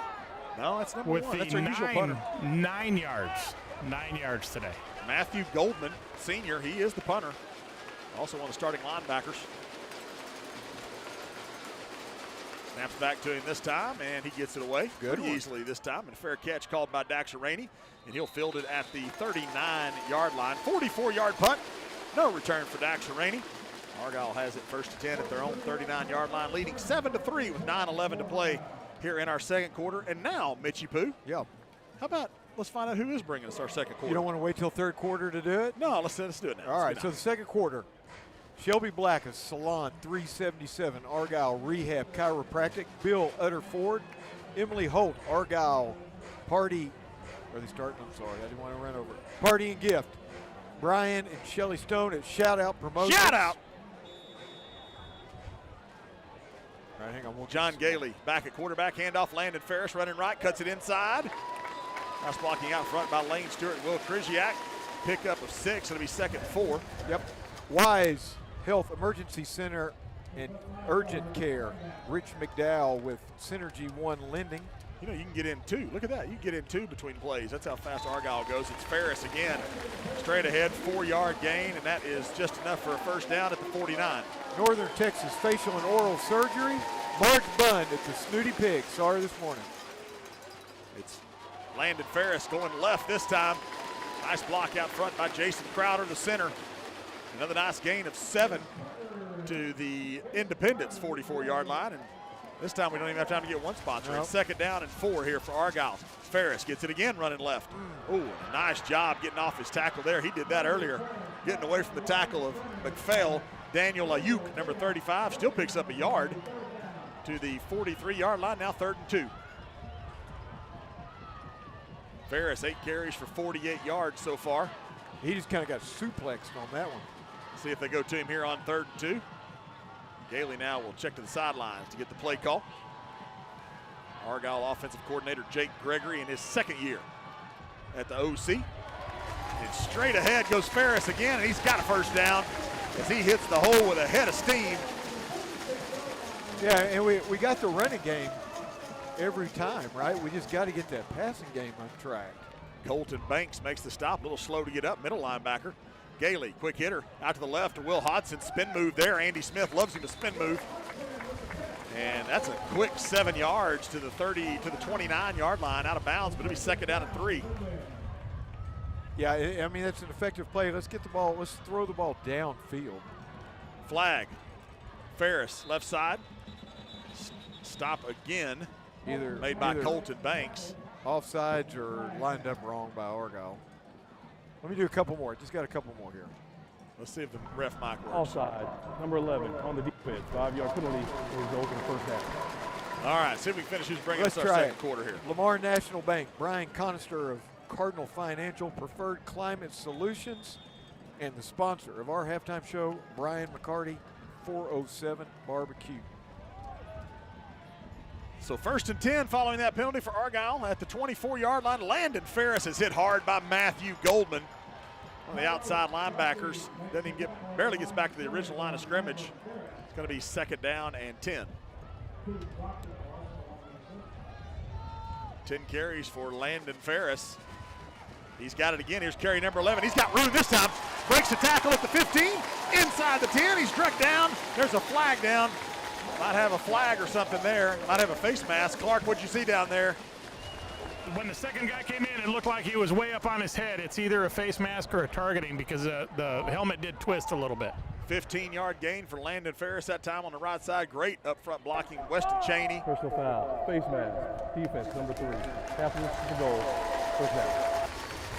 And man, he is so impressive because he's not the biggest player out there, and he takes some really big shots, running between the tackles. But every play like that, when he busts it, and he looks just as fresh as that first play. So 1st and goal now from the 5-yard line. It's going to be Ferris again. Oh, he's going to be hitting the backfield. Again, that's Matthew Goldman, the outside linebacker, number 1. Second tackle for him on this drive. Loss of a couple. Back to the 7-yard line. It'll be 2nd down and goal.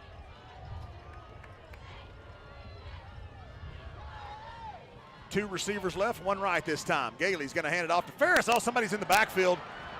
Wow, that's number 5, Keith Rockwell.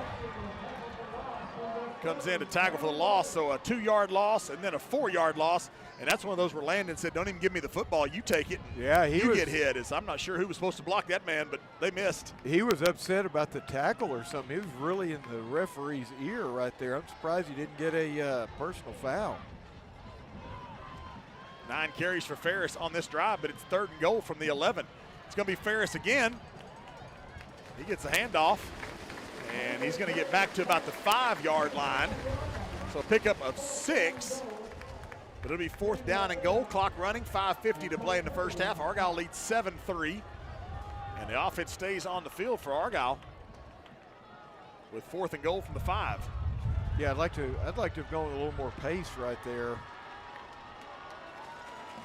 Gailey walks up, tells his offensive lineman to play, now gets back into a shotgun position. 2 receivers right, 1 left. Gailey fakes the handoff. Now he's going to keep it. He's running right.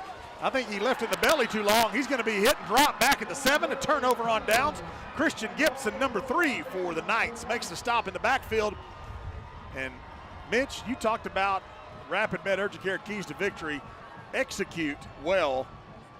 That play was not executed very well. No, you know what's the old saying? Dance with the one who brung you right there. You shouldn't give the ball to Ferris and let him just try and get in the end zone. It looked like he might have had a hole. It's hard to tell when you do the zone read like that, but I think he read it too much. Leave the ball in the belly and let him run it.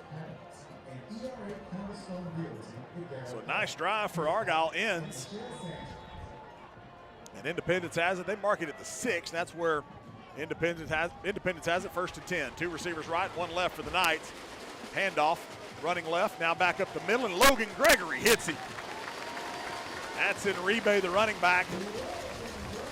Nowhere to go, and Logan Gregory hits him at the 5. That's a loss of about a yard. Yeah, so they're kind of the polar opposite of Argyle. They got nothing between the tackles. That's where Argyle's getting everything.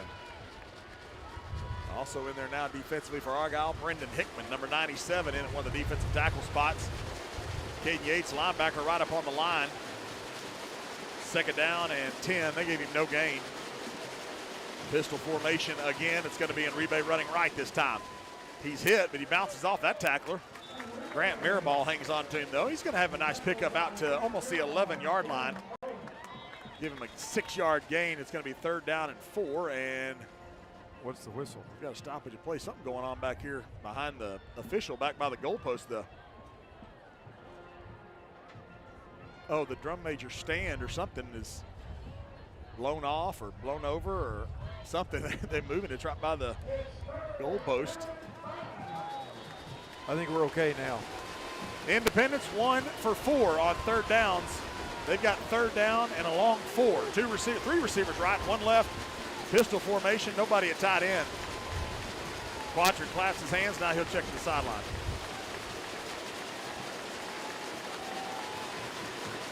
Now the snap's back to Quadrant, he's going to straight drop. Now he's looking, and he's got a man wide open out of the backfield. That's the halfback. Sorry, he wasn't in the backfield that time. He's in the slot. Looked again like maybe some coverage confusion that time. Devin Owen makes a stop, but a 21-yard gain.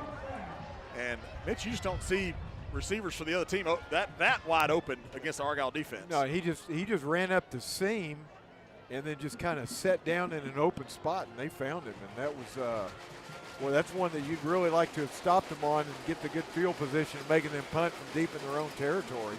Up to the 32-yard line, ball right in the center of the field. 2 receivers left, 1 right. Here's a handoff and rebate. Going straight ahead, but then cuts it out to the right. Falls forward for a couple of yards. Dax Rainey comes up to make the stop after a pickup of 3. 2nd down and 7. Yeah, Argyle's still doing a great job of controlling the line of scrimmage there. He just doesn't have much room. He's got to really pick his own way through and put his foot in and cut back, and that's where their only success has been. 3 receivers left, 1 right. Now Quattrin has nobody to throw to, so he's going to take off running. He's to the 40. He's got a 1st down. He runs out of bounds on the right side in front of the Independence bench. He gets to the 46-yard line. That's an 11-yard gain and a 1st down for the Knights. Yeah, first time he's really been flushed where he had somewhere to go, right? Argyle kind of overran him right there and left it wide open for him to run. He did a pretty good job of getting out and getting the 1st down, but Argyle also did a good job of closing on him, not giving him any more than he got. Clock stop, 3:08 to play before the half. Eagles lead 7-3 is all. They're over Independence. 3 receivers left, 1 right. Quattrin hands off to Enribe. He's hit at the line of scrimmage, but keeps those legs churning all the way to the midfield stripe. That's a 4-yard gain for Enribe, who was hit. Rockwell's checked in. And he gets a 4-yard gain. He was hit right at the line of scrimmage, but it'll be 2nd down and 6. Yeah, he just kept the legs driving, right? Sometimes when you hit him, it just depends on how they get bumped, and he had it where his legs were still under him, and he kept moving the pile. Play 7 of the drive. Rockwell in there at running back now. He's averaging 10.2 yards a carry. I'd have him in there all the time. It's Rockwell again. Again, dragging a tackle for a couple of yards. That's Mirabal, who had him from behind. 6th tackle of the game already for Grant Mirabal, a gain of only 2. It'll be 3rd down and 4 from the Argyle 48. Yeah, got to get a big stop right here, right? 2:15 on the clock. I don't know that they would go for it because Argyle could score pretty fast, but they sure might. It might be 4-down territory. They're taking their time. Clock running. 2:03 to play before the half. Now Quattrin's got the play. Tells his offensive line. Now he's waiting on the snap. It's back to him. He's going to roll to his right. He's looking. Madry's giving chase. Still looking. Now he's going to throw deep. There's nobody there. Good grief. Closest guy was Parker Phillips, Argyle safety. It wasn't even close to him. And it's going to be 4th down. And we'll see what head coach Nick Stokes for Independence wants to do. It looks like the punt team's coming out. Yep. This is one you got to be careful with Argyle, right? If you come after him and you rough him, then they're going to have the ball with plenty of time to go, a pretty short field. So Argyle's probably going to have to be conservative on this punt block. Matthew Goldman back in punt formation at his own 42-yard line. Dax Rainey stands back at the 10. He gets the punt away. End over end. It hits at the 14. Takes a great bounce for Independence. Thought it was going to go out of bounds. And it's going to finally be down at the 4-yard line. 44-yard punt. No return. Argyle will have it all the way back at their own 4-yard line with 1:36 to play before the half, and Argyle leading 7-3. H-Cinch Cleaners now with 5 local locations is the official laundromat of Argyle Athletics. If they can take care of these kids' uniforms, they can take care of whatever you've got. On top of all the usual stuff, dry cleaning, alterations, bedding, and wedding care, Cinch Cleaners offers same-day service, including free pickup and delivery. Coach Rodgers trusts them, and so can you. Good friends over at Cinch Cleaners. So 1st and 10 from their own 4. And man, not only is it low scoring, it's fast moving. I mean, we hadn't even been an hour. Let's see what Argyle can do here with 1:36 to play before the half. Jacob Robinson back in at quarterback for Argyle, and he's going to hand it off. Nowhere to go for R.J. Bunnell. He gets to the 5-yard line. Actually stays at the 4. No gain for R.J. They have 2 timeouts. Who, Independence? Yeah. You think they'd think about stopping the clock, for sure. 2nd down and 10. Robinson's got it again. He's going to give it to Bunnell. Running to his left, breaks 1 tackle. Picks up almost 8 yards, does RJ. Nice job defensively as he ran over Grant Mabry, but then Mabry hangs on to him, and Independence does take a timeout now once it gets to 3rd and 2. timeout, Independence. Yeah, I was kind of thinking Argyle almost could right there and take a shot here, but probably not. All right, getting close to halftime here at Eagle Stadium. By the way, it's Pink Out Night, Breast Cancer Awareness Night here at Eagle Stadium. Lots of pink in the stands and on the field. Hey, halftime's coming up here in just a little bit. We'll have our player spotlight with senior defensive lineman Rylie Van Poppel. Scooter You'll find out a little bit more why we call him Scooter. Another fun interview that Blake puts together, and Blake does an awesome job with that week in and week out. The Argyle ISD Eagle update with Laura Trubenbach. Stats and sounds from the first half and the Rapid Med Urgent Care keys to the second half. That's all coming up in the 407 Barbecue Halftime Show right here on Argyle Eagle Booster Club Broadcasting. 101 to play before that half. And Argyle leading by the slim margin of 7-3. Yeah, boy, I hadn't seen a low-scoring game like this for Argyle in a long time.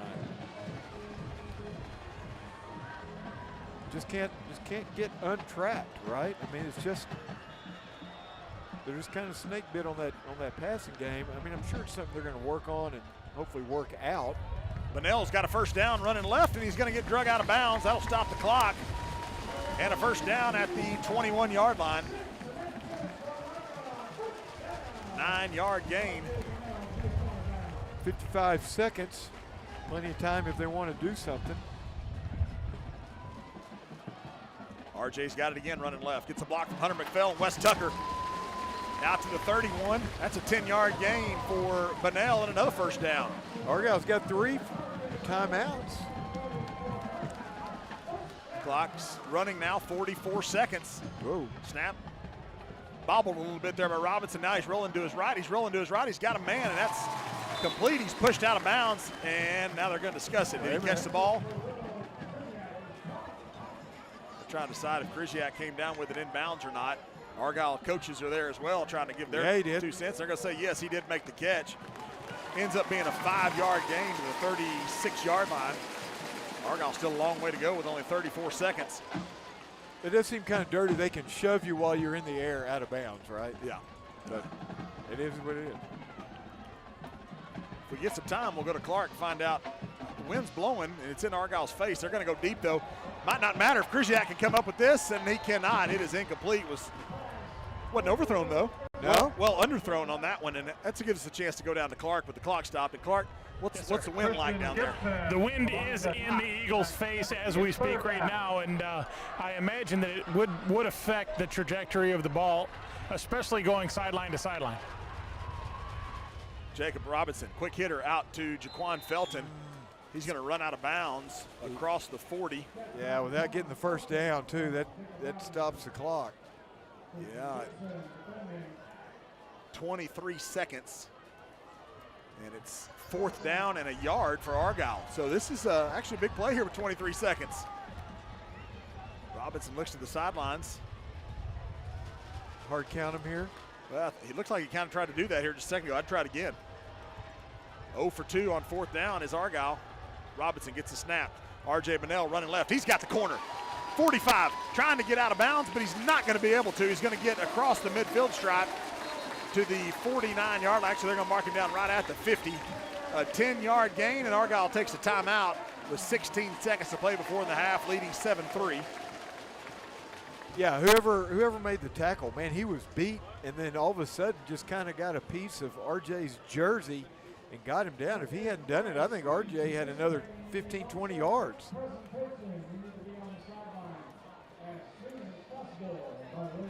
Argyle running backs tonight already. 25 carries. Argyle leading heavily on the run. 159 yards on the ground. And Clark, I know you like that because you like the offensive lineman just getting that push up front. 159 yards rushing here in the first half. I'll tell you, this offensive line is really doing their job. This defensive line for the Independence team is stout. And the linebacking core is doing a really good job of filling in the gaps left behind. So for us to be able to do that, I'd like to know what our yards after contact are. Blake's good, but he doesn't keep track of Yak. Only 35 yards passing, though, in the first half. Look at this prevent defense they got here. Well, they are deep, aren't they? Yeah, so they're almost willing to say, we'll let you try and kick something from about the 30 if you want to. Play 9 of the drive, right at the midfield stripe. Dax Rainey goes in motion out of the backfield. They throw it out to him. Too low, pick up the ball. Oh, better pick it up. Well, they blew the whistle. They're saying it's incomplete pass. It was definitely a lateral. I can't believe he started blowing the whistle saying incomplete pass back there. Yeah. The line, and Coach Stokes is not happy about it over there on the independent sideline. That should have been a fumble. I thought maybe they were throwing it back because Dax was going to chunk it. I think he was, but Jacob didn't get it to him. He short hopped him. And then it looked like that play that A&M did back in the 30s where they bounced it to the guy and acted like he was just running off the field.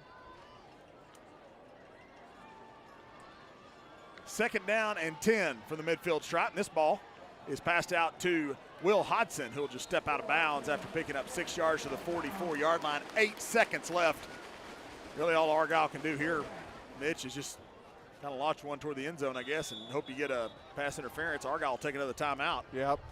With 8 seconds to play here before the half. Hey, don't you wish you could call one company for multiple services at your property? I do. And consider, and you can. Listen to this. Okay. And it doesn't have to be Rhonda either.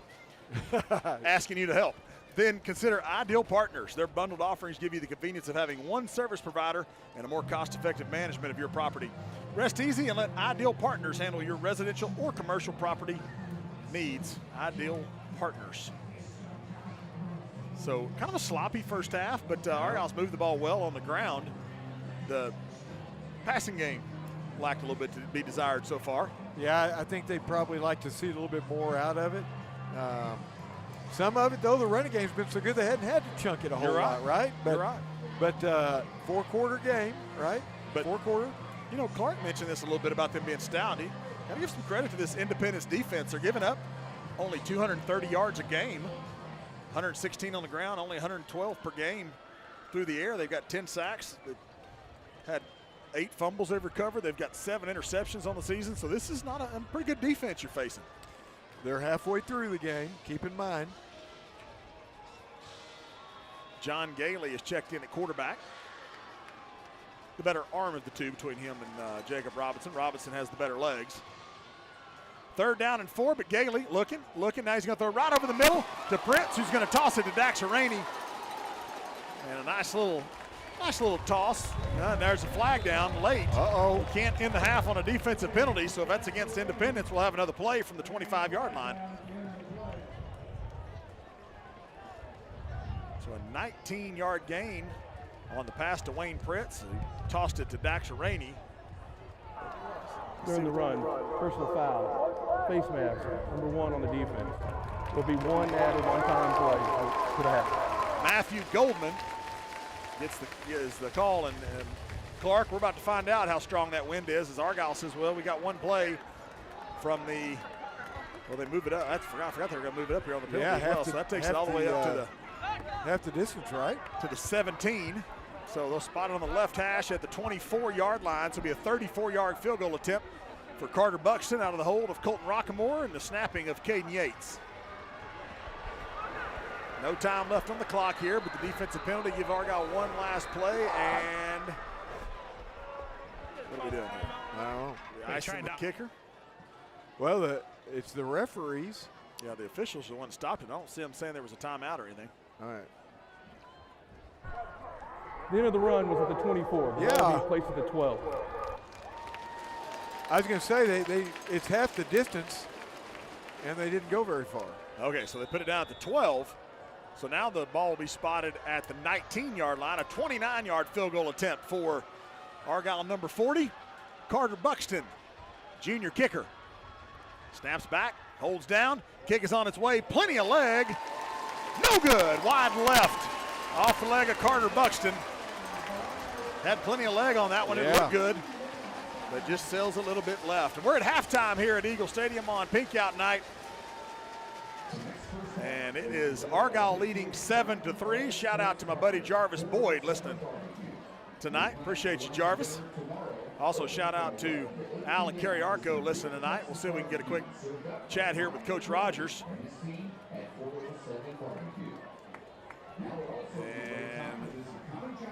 And There we go. All right, Clark, you Coach got it. Rodgers, Coach, thoughts on the first half? A pretty low-scoring affair.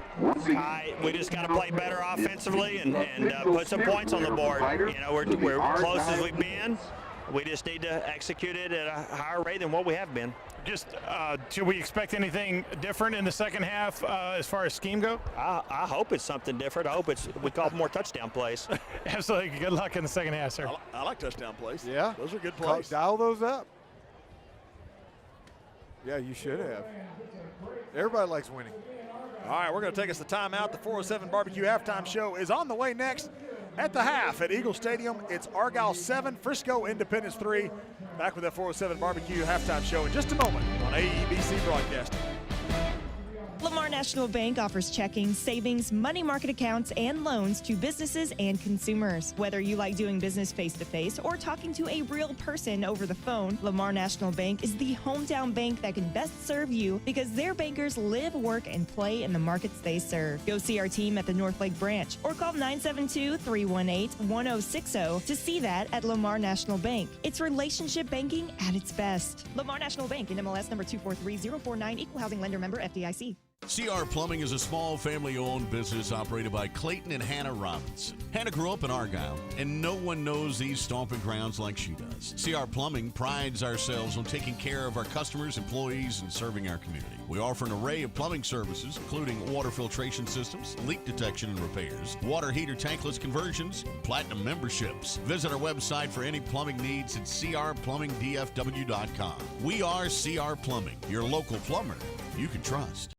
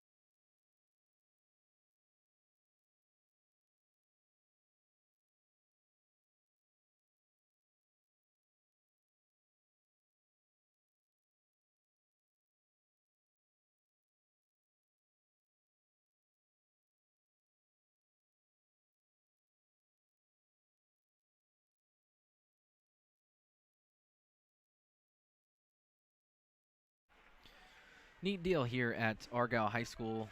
Argyle receiving their 10th straight Lone Star Cup, and just making sure you caught that. They had scored the most points ever recorded in Lone Star Cup history this past year. Quite an honor for this high school.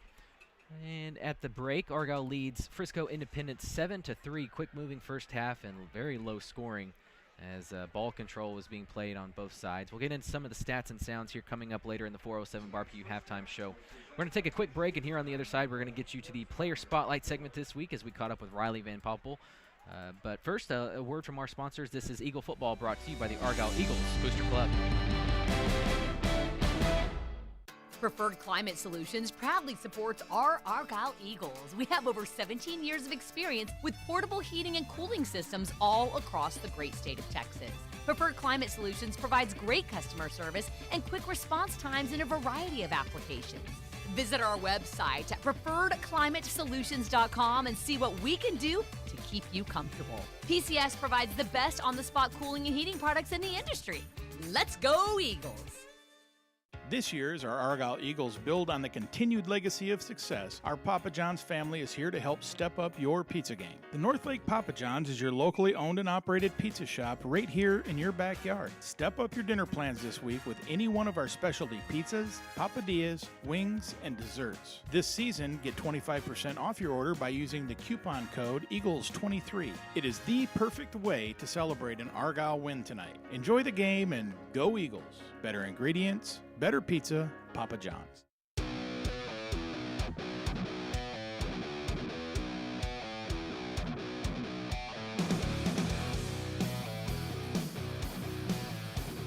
Welcome inside the 407 Barbecue Halftime Show, where the Eagles lead the Knights of Frisco Independence 7-3 at the half. Coming up later in the halftime show, the Argyle ISD Eagle Update with Laura Trubenbach and Pam Arrington, as well as some sounds from the first half, as well as stats, team, and individual. Get you caught up on the first half here inside the halftime show. But first up is the Player Spotlight segment, where we sit down with an Argyle senior, and this week is Argyle defensive lineman Rylie Van Poppel, headed to Nebraska, which you'll hear about in just a moment. But it's a neat ordeal. If you want to hear more, check out the Eagles Nest podcast, released every Thursday morning wherever you get your podcasts. But here is our Player Spotlight segment with Rylie Van Poppel. All right, Rapid Med Urgent Care brings you this week's Player Spotlight, and I am seated with senior Rylie Van Poppel. Hey, Rylie, how are you? I'm doing good. Been a great day so far. How are you? I'm doing awesome. How's school? It's been good. Had a little test last week. We got to correct over today, and then other than that, not doing much. Been nice, only having 4 classes and getting out at 2 o'clock. Yeah, that sounds great. I believe Rodgers said that your Thursday night games have not been scheduled very well, as far as like tests in 6 weeks. And how's juggling football and academics right now? It's something we've always done for 4 years, so we've gotten pretty good at it. But like the worst one was the Memorial game. We had a test Friday morning from our first period class. But other than that, I mean, you kind of learn to deal with it. It's part of what you do. So you just prepare before the game and hope that you're ready when the test time comes. What's the come down like after, obviously it was a big win against Frisco Memorial. I'm sure you're kind of looking forward to your bye week. There's a lot of football on your brain. And then about what time do you realize, shoot, I got school tomorrow? The funny part is we talk about it on the sidelines. During the game. Okay. Because sometimes the biggest thing for me is you got to remember it's a game. Something my dad always taught me. It's like you got to have fun. You can't just be all too serious about it. And so I remember we were standing there getting ready to go on the field, and we had a pretty comfortable lead at this point. And I look over at Mykel. I go, dude, we got school tomorrow, and the coaches are making us go. Mm-hmm. And then that kind of when it kicked in, then we kind of just joke around about it on the bus ride home and in the locker room afterwards. What are your college plans? Go to the University of Nebraska, play football there, and I'm not 100% sure what I want to major in.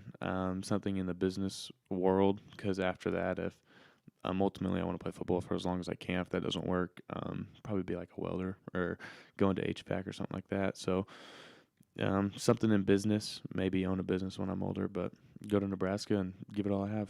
So welder or HVAC? Is that, I don't know, how'd that come about? Random. It is kind of random. I don't want to do it I can't really do like a sit behind the desk job. Mm-hmm. I want to do something hands-on. And also looking at it from the side, I know welders make good money, and I feel like it'd be something cool to do.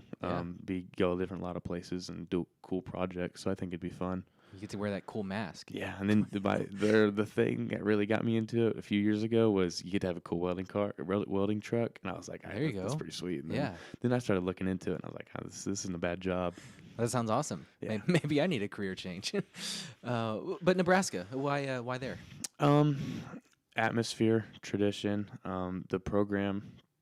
I think I fit into it great, and it's something that was a fit for me. I went up there three times so far, and first time it was just me and my dad, and I walked in there and immediately I was someone special on their board, so that proves a lot. When they care about you, they just put that extra time in for you. They brought me in early that day, and I remember walking out. The one big thing that struck to me was he used to be a receivers coach there. He's kind of just on staff. He sat me and my dad down and talked about God and the Bible with us and stuff like that and the Holy Spirit. And I remember walking out of there. That's something important to me because when I talked to my mom about that, she loved that. And realizing that they take that serious, I was like, maybe this is a spot for me. That's a sign. And then along with just the tradition of the program, when I went up there with my family, they were comfortable. My mom loved it. My dad loved it. My brother loved it. And I just think it's a special program. I want to be a part of turning that program around to where they used to be and getting back there. A lot of people in Nebraska love Nebraska athletics, so they are a diehard fan base. So yeah. I think you definitely picked a tradition-rich environment for sure. I asked this question to Mykel Madry, and I'll ask you the same thing. Are you tired of getting double-teamed on the offensive line? Yeah, it's been a long year of that. But, I mean, you kind of expected it going into the season. Last year, it was a lot of double teams, especially in a three-man front. But then, like for both of us, you come into the season and I feel like you have a big target on your back. So it's like, you're getting double-teamed. Teams are going to scheme for you. But it sucks. But at the end of the day, it's like you got to know that you're a better athlete than the guy across from you. And no matter what they do, if it's two guys or three guys or one-on-one, you can give them your best and you're going to beat them. And then also, sometimes you got to take a double team and let one of the linebackers or one of your other buddies go make a play. That's what it's all about. So at the end of the day, it's not too bad. Yeah, we've seen a lot of linebackers fly around and make a ton of plays, and that's credit to you and number 99 across the line. But it seems like here recently your sacks and your tackles for loss have gone up. So are you beginning to figure out how to beat these double teams? Yeah, I think towards the beginning of the season, I was doing a lot of the same stuff. Over the offseason, I really learned a lot of stuff about defensive line, how to attack different types of blocks and different types of offensive linemen.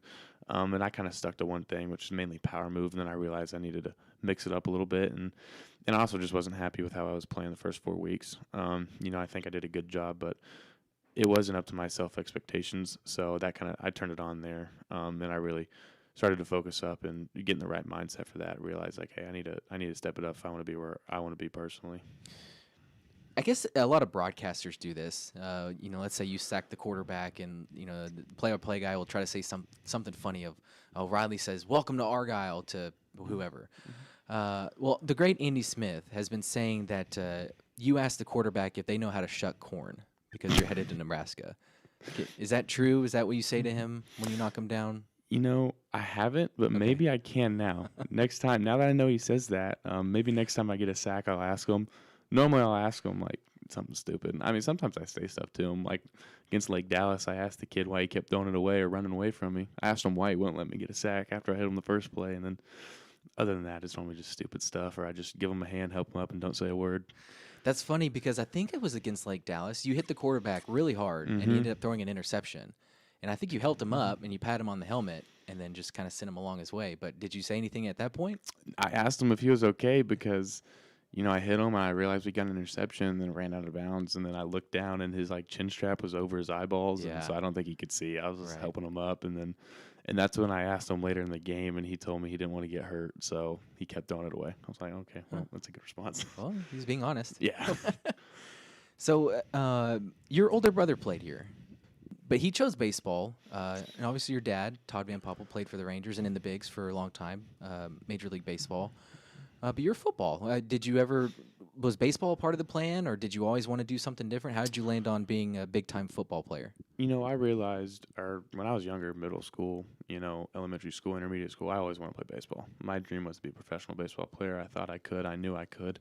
And then the older I got, I kind of grew into a football player with my size and my athletic ability.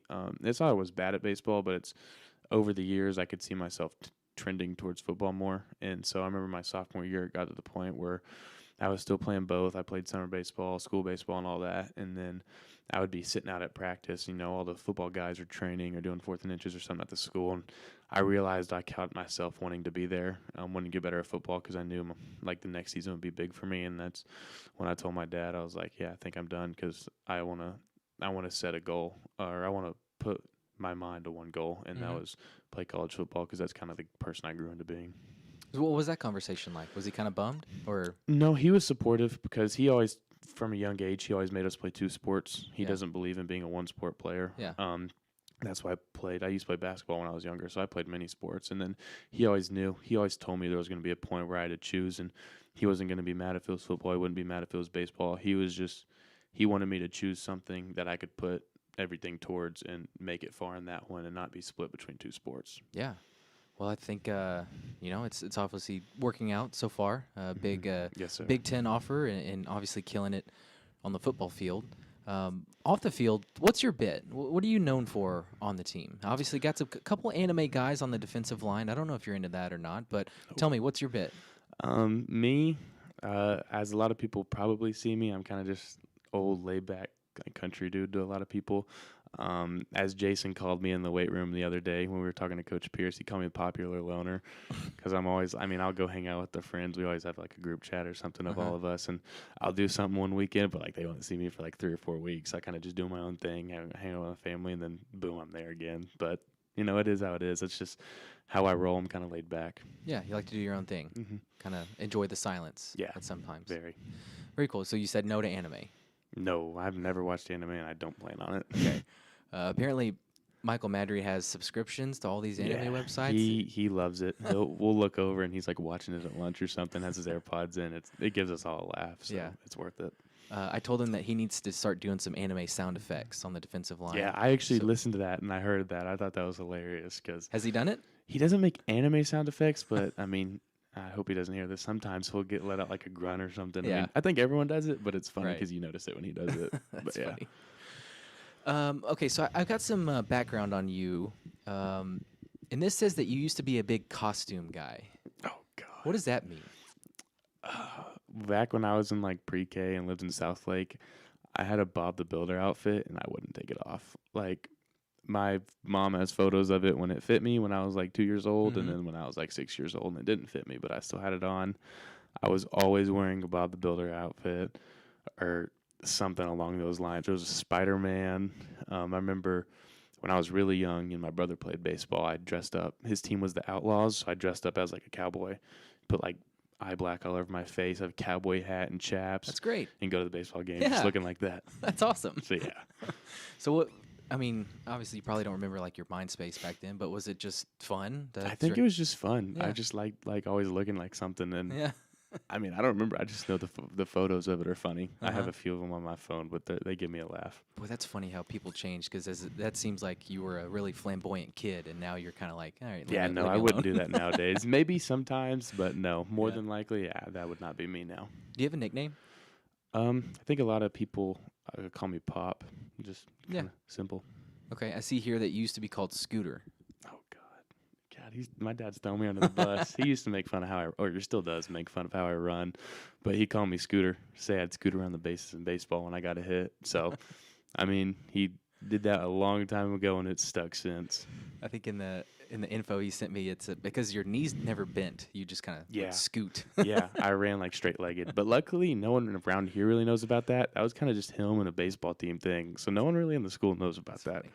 Well, it's great watching you play. You've been making a contribution to the defense for a while. It's cool to see you in your senior year now at 5A. You guys are doing great. Let's hope for a long playoff run and best of luck the rest of the year. Yes, sir. Well, thank you, and a long playoff run sounds good to me. Yeah. That was Rylie Van Poppel in our Player Spotlight segment this week. We are inside the 407 Barbecue halftime show, about 10 minutes remaining in the halftime. Although with the Lone Star Cup ceremony and Independence fans still back out there, we may have a longer than normal halftime, but we've got you covered. Plenty of content headed your way, and coming up next is the Argyle ISD Eagle Update. But first, a break and a word from our sponsors. This is Eagle Football brought to you by the Argyle Eagles Booster Club.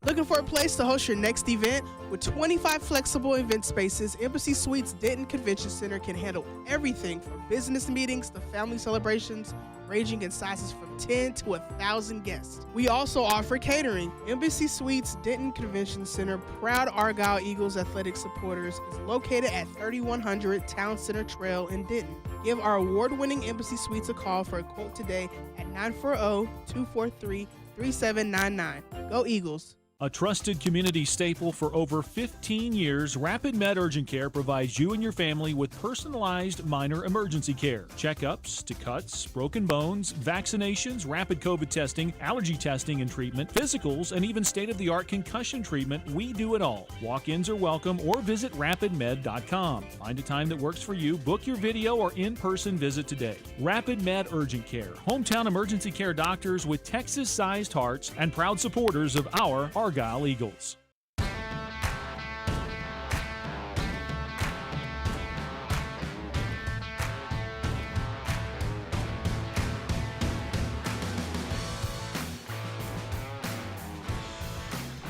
Welcome back inside the halftime show. My name is Blake Jones, and I'm your host for this halftime show presented by 407 Barbecue, where the Argyle Eagles lead the Frisco Independence Knights 7-3 here from Eagle Stadium in Argyle. Had a Lone Star Cup ceremony. Argyle has won its 10th straight Lone Star Cup and posting the best score in Lone Star Cup history just last year. Incredible honor for all of the students and athletes and teachers and coaches and coordinators and everyone here in the school district. It's an honor to have this kind of program in your community.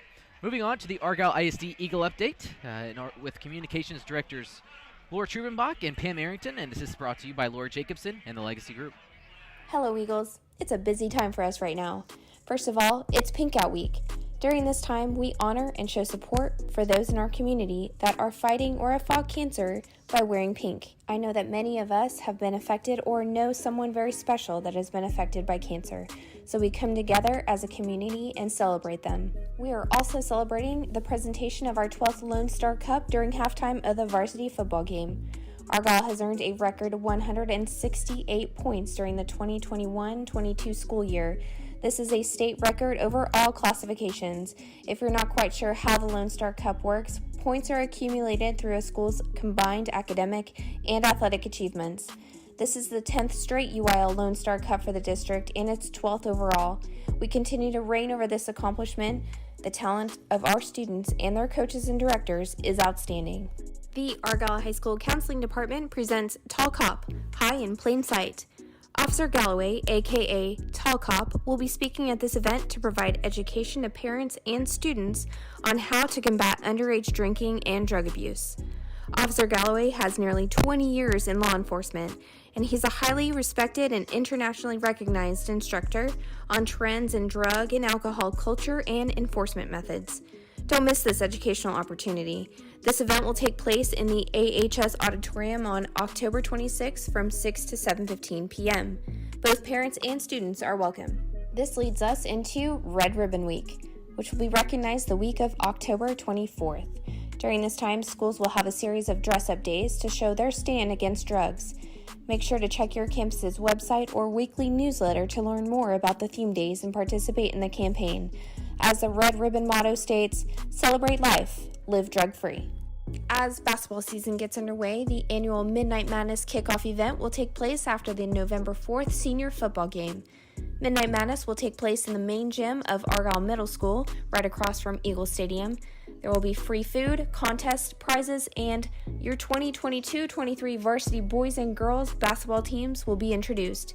There will also be special performances from the AHS cheerleaders and Majestics, so make sure to come out and join us for this awesome time. Just a few more events to add to your calendar.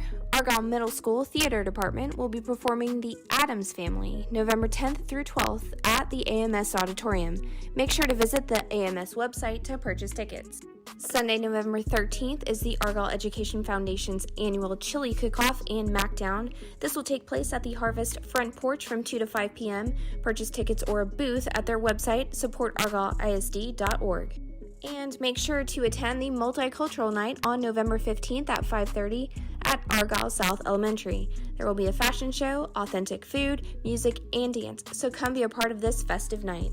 Make sure to follow Argyle ISD on all of your social media platforms, including Facebook, Twitter, and Instagram. And on behalf of the Argyle ISD Communications Department, go Eagles! Hello, Argyle. This is Pamela Arrington bringing you this Argyle Community Update. The Argyle Thanksgiving Food Drive will be kicking off on Monday. We will have bags at every campus. If your family would like to pick up a bag for donation, feel free to drop by the campus offices. We will also have every student in Argyle ISD bringing in donations so that their classroom can make a donation to a family. We are excited to be hosting this Thanksgiving Food Drive again this year to help those families in need here in our community.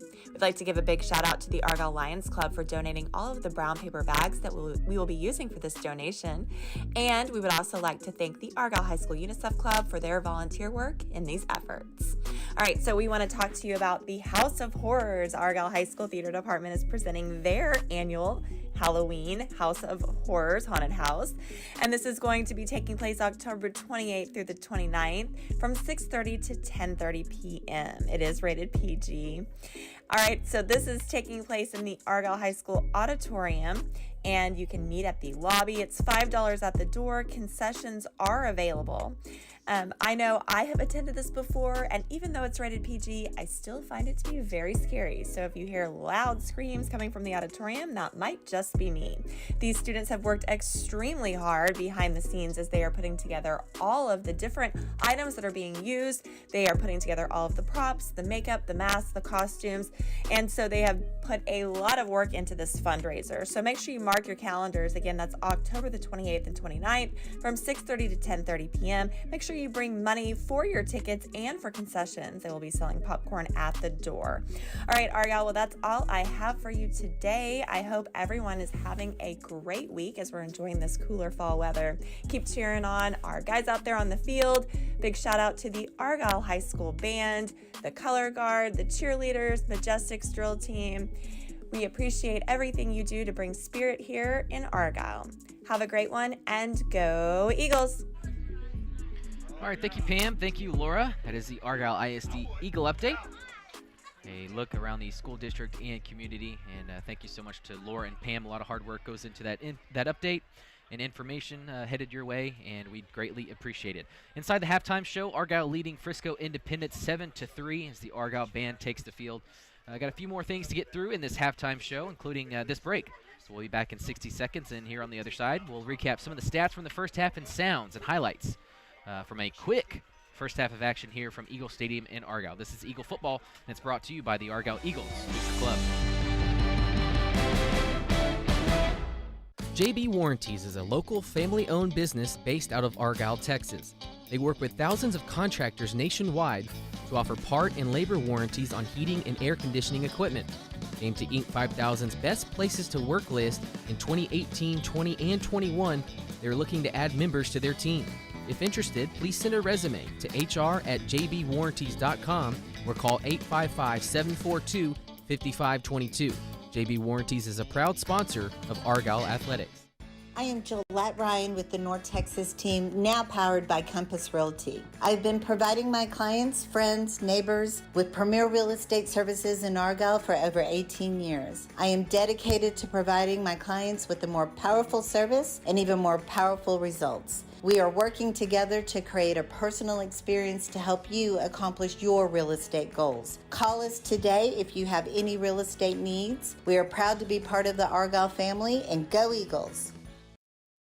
Cycle Center of Denton and BMW Motorcycles of Denton proudly support Argyle Athletics. Cycle Center is your local family-owned and operated power sports store with the best selection of motorcycles, all-terrain vehicles, and side-by-side fun and work machines. Shop the largest parts and accessories showroom in North Texas and experience a factory-trained service department that will support you with the great service to keep your machine running at its best. Cycle Center wants to thank all the Argyle football fans, coaches, and faculty that make Argyle the best school in Texas. Come see why Cycle Center of Denton is called your power sports store with more. Hey, this is George Dunham, reminding you to check out the Eagles Nest podcast every Thursday to get you ready for Argyle football's next game, with segments like the Scouting Report on Argyle's next opponent, the Player Spotlight, the Weekly Flyover with Coach Rodgers, highlights from last week's action, and the Argyle ISD Eagle Update. Blake Jones and his crew promise to inform and entertain you on everything Argyle Eagles. Check them out and subscribe on iTunes or wherever you get your podcasts.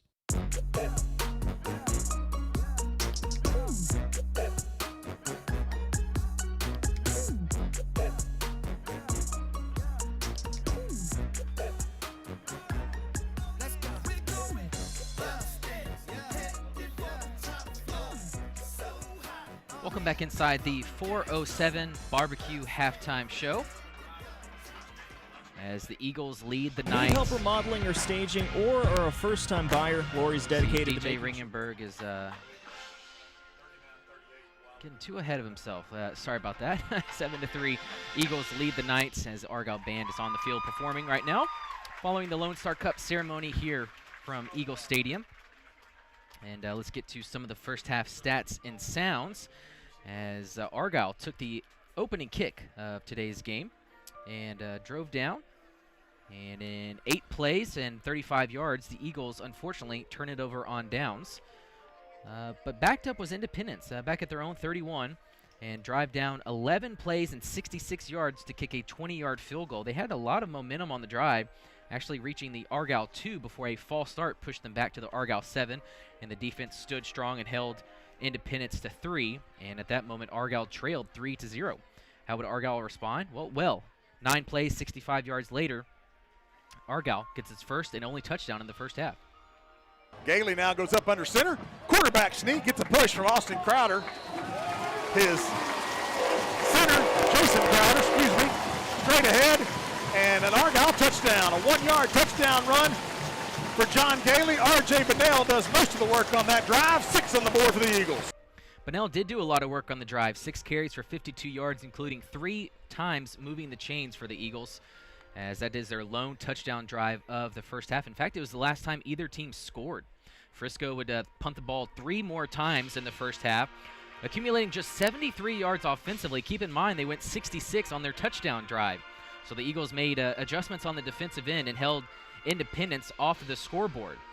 3 first downs on the touchdown drive for Independence and just 4 first downs for the remainder of the first half. So adjustments were made by the Eagles defense, and we'll see if that continues in the second half. For Argyle, missed opportunities. 1 punt, 1 turnover on downs, and 1 missed field goal would end the first half for the Eagles. On the turnover on downs, they made it all the way down to the Knights' 5-yard line, but could not punch it in after 12 plays.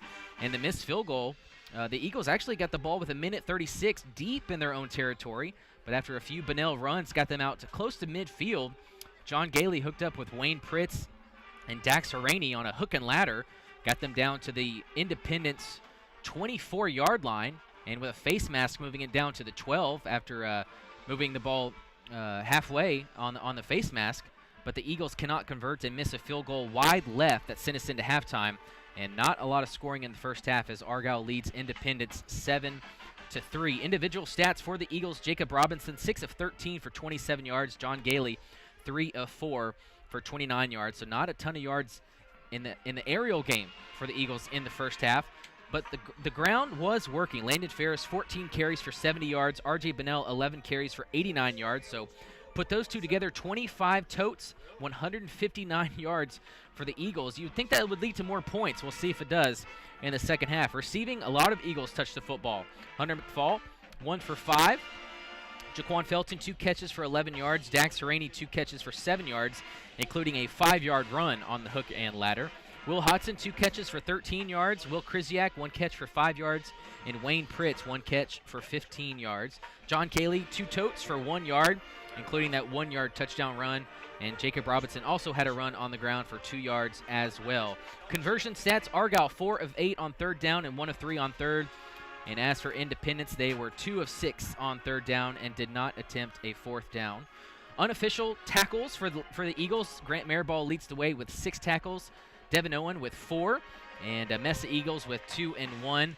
Hunter Sandifer, Trey Batson, and Michael Madry, and who do we got here? Caden Yates, well, with a handful of tackles on the defensive end. That has kept Independence out of the end zone with only 3 points on the scoreboard. And those are your first half stats and sounds here inside the 407 Barbecue Halftime Show. We'll take another break as the Argyle band has wrapped up here at Eagle Stadium. Just a couple minutes on the clock before the third quarter begins, as that will conclude this 4:07 barbecue halftime show. Coming up after the break, Kenny and Mitch will get you ready for the third quarter, as they will also check in with Clark McNulty down on the sideline, as the band has to now scurry off and take their portraits and leaves and all colors and flags and banners and a whole mess off the field as the Argyle Eagles load up to run through the inflatable eagle here on the north side of the stadium. So one more break inside the 4:07 barbecue halftime show, and coming up next, Kenny and Mitch get you ready for the third quarter. This is Eagle Football, brought to you by the Argyle Eagles Booster Club. For over 2 decades, DFW Door Repair has been taking your ideas and turning them into the reality of a beautiful entry, patio, or interior doors. We also offer repair services that will have all of your older doors operating like new. Check us out today and set up your free consultation at www.dfwdoorrepair.com or call us at 214-390-3901. DFW Door Repair, bringing service to your door for over 2 decades. Hello, Eagle fans. This is Joe and Tina Bartram with LHM Financial. We're a privately owned mortgage lender since 1998, offering home financing options for your family needs. LHM Financial is a proud sponsor of the Argyle Eagles and an active member in the community. So mention this ad and receive $500 towards the cost of your appraisal when we do your financing on your next home. Give me a call at 817-601-7800. If you have dreams, we have solutions. LHM is licensed by the Texas Department of Savings and Mortgage Lending. LHM NMLS is 184530. Joe Bartram's NMLS is 1010778. Go Eagles!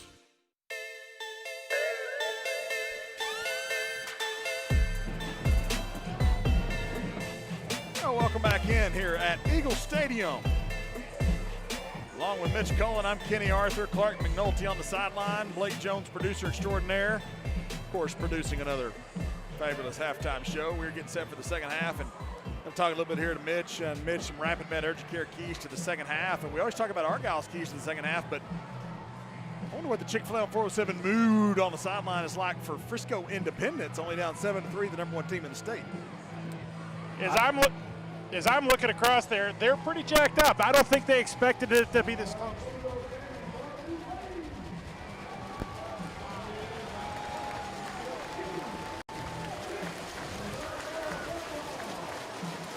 Wow.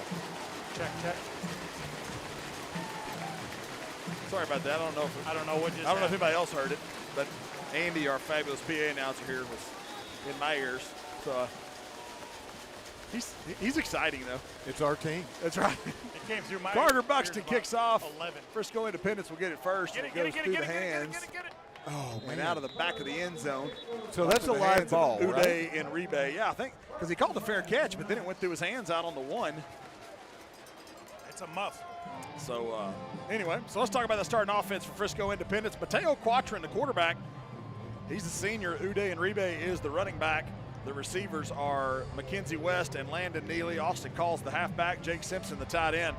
Big boys up front for them. Jordan Beasley at center. Jordan Bridge and Ian Fotick, the guards. Garrett Doyle and Caden Allegius are the tackles. Defensively for Argyle up front, you got Hunter Sandifer, Michael Madry, and Rylie Van Poppel. The linebackers are Caden Yates, Grant Mirabal, and who's that starting out there on the right side? Bud Petter.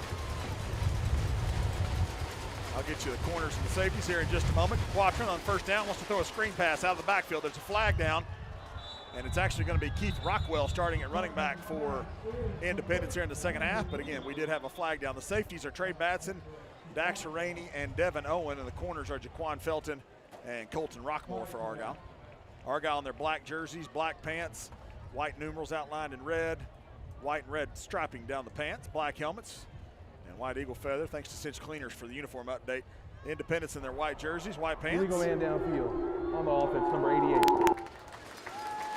So that was the tight end who was downfield. I guess he was lined up where he couldn't go downfield there. Yeah. They've got white jerseys, white pants with the deep purple numerals, dark purple helmets. So all white look except for the helmets for Frisco Independence. Second down and 10, but there was that penalty. Nope, they're waving the flag off. I guess they're saying the tight end was eligible and he could be downfield. So now that means wait, what?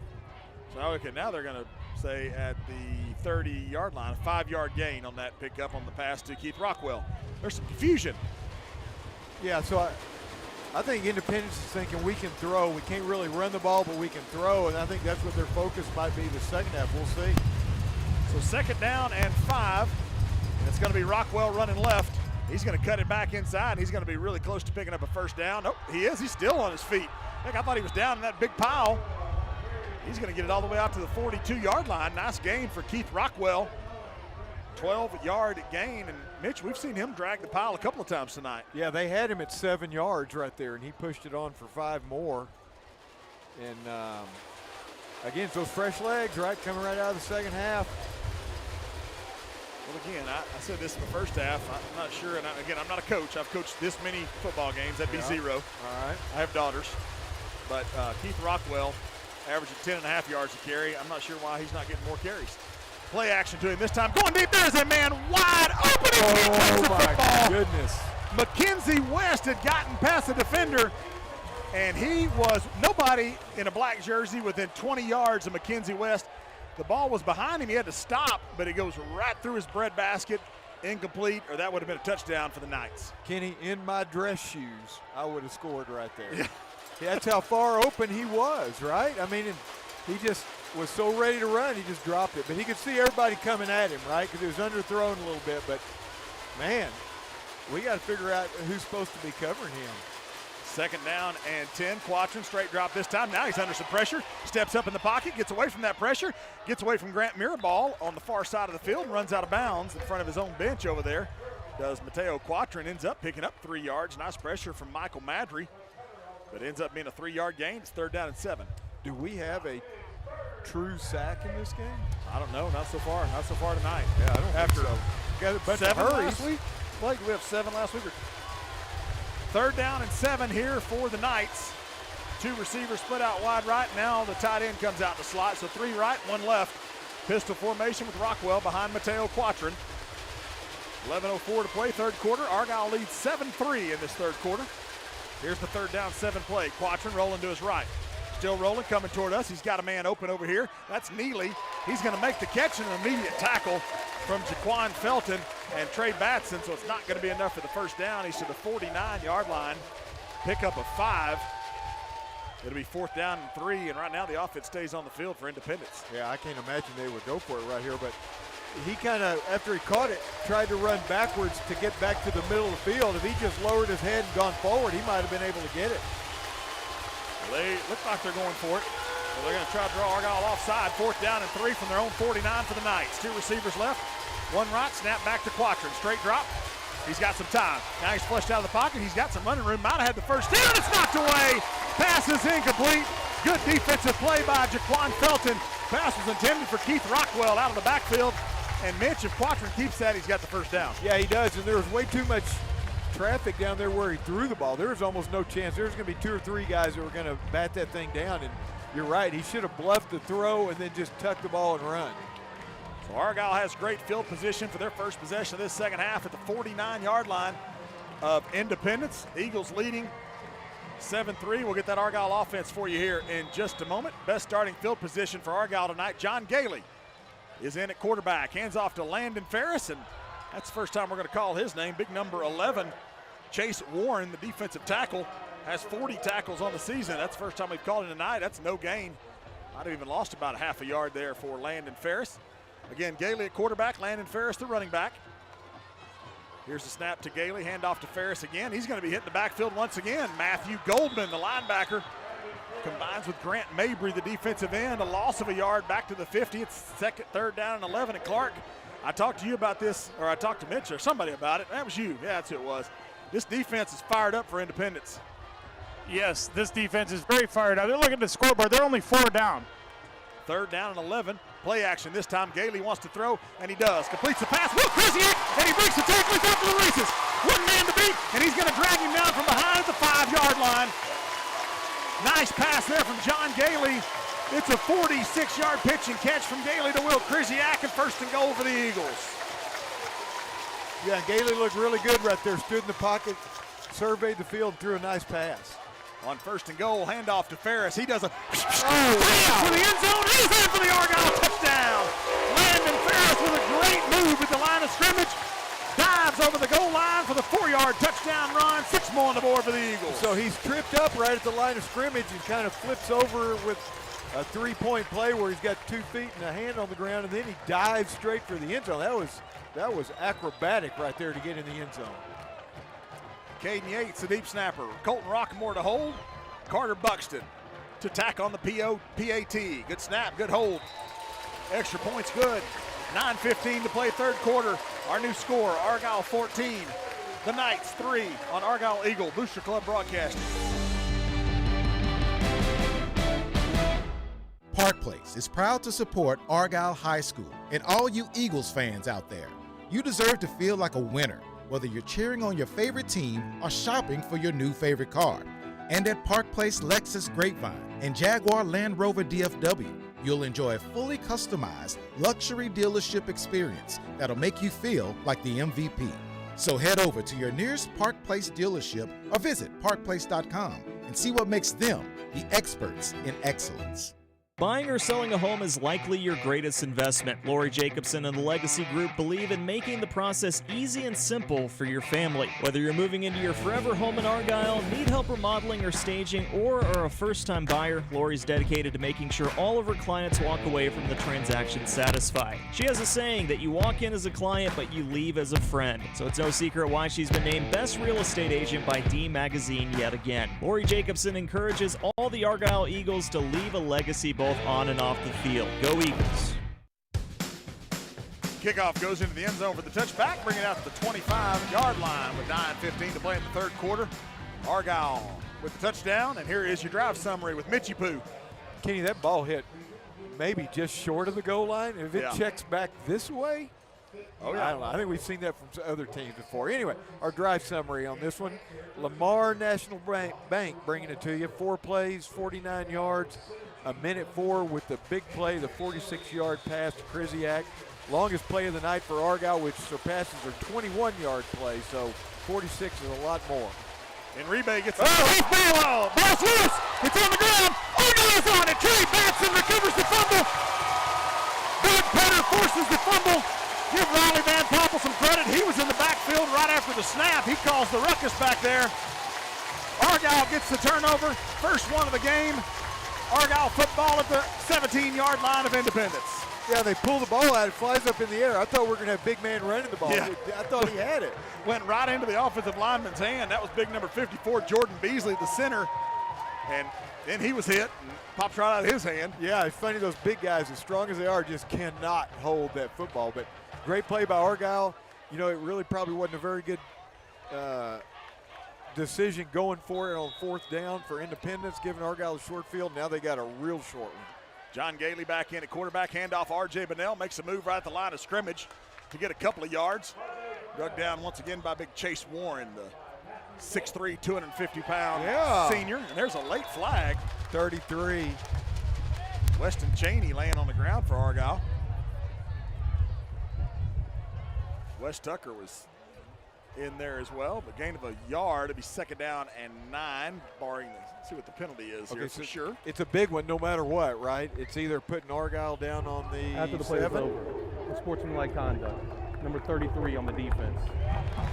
Half distance to go, automatic first half. Colton Banks, senior linebacker for the Knights, and that'll put the football at 7. 7.5. It's at the 16, should go back to the 8. Okay, there he goes. There he's picking it up and moving it. So half the distance takes it to the 8-yard line, just inside the 8. Argyle's in business. Automatic first down, yeah. They still got the other chains up there. Those need to lay down on the ground. Put your chains down, guys. 1st and goal, Eagles from the 8-yard line. R.J. Bunnell's got it, gets a nice block from Hunter McFall on the left side. He's going to be brought down just shy of the goal line. I'm going to try and throw something to Wayne Prince right here. I want to get him involved in the game. He got to the 3. It's 1st and good. 2nd and goal. Bunnell runs over a man at the 3-yard line. Reeks with some manpower on the left side into the end zone for the 3-yard touchdown for R.J. Bunnell. 6 more on the board for the Eagles. And his legs were moving fast, and he got hit. And, man, he's the one that delivered the blow right there. It just bounced off and ended up in the end zone. It was a great second ever, great hard run. Argyle has scored quickly twice here in this second half. Extra point attempt by Carter Buxton is good. 8:31 to play in our third quarter. It's quickly Argyle 21, Frisco Independence 3. Back with more Argyle Eagle football in just a moment. This is Dr. Michael Pace. There's a reason why so many dentists in our area refer their patients to Northern Texas Facial and Oral Surgery for implant or wisdom tooth care, and that's trust. As your oral surgeons, we work closely with other dental professionals to create a dental healthcare team to make sure patients get the right treatment in just the right way. That's what dentists in our area have come to expect from Northern Texas Facial and Oral Surgery, and it's what patients can depend on. See us online at ntfos.com or call us at 972-371-0125. Howdy folks, Marty B here, inviting you to come to each of our 4 amazing restaurants. At Marty B's, join us for an outstanding atmosphere of family, food, fun, and entertainment. Or join us at Rustico Wood-Fired Grill and Wine Bar for an intimate date night in a rustic, elegant setting. Looking for a taste of upscale Texas? Join us at 1845, where it's designed like Dallas, but tastes like Fort Worth. Come experience amazing at all of our fine restaurants. And new this summer, put a pep in your two-step at Marty B's Coffee Co., right next to Marty B's restaurant. Look forward to seeing you there. Kickoff goes in and out of the end zone for the touchback. Once again, Independence will have the ball out at the 25-yard line, now trailing 21-3. Here is another drive summary from Mitchie Pooh. But first, let's go to Clark and get that Chick-fil-A on 407 mood of the game for the Independence defense down there. Well, I'll tell you, I think they're lamenting the last couple plays. I think you're right. 3 receivers right, 1 left. We'll get that drive summary after this play. Handoff. Uday and Ribe back in at running back. He's going to have about 4 yards straight up the middle. Yep, so Gregory makes the stop, Logan Gregory. We've also got Brendan Hickman in at one of the defensive ends. Rylie Van Poppel in at the nose guard. Second down at 6 following that 4-yard gain. 3 receivers right, 1 left this time for the Knights. And they'll check with me to the sidelines. Check with me, by the way, is just what you call it. They're not checking with me, right? They're checking, with a coach. They should be. They should. Second down, 6. Hickman giving some pressure. Nice spin move by him.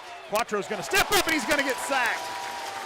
Maybe not a sack. He does get back to the line of scrimmage. Logan Gregory on the stop. Had a little help back there from Scooter Pop.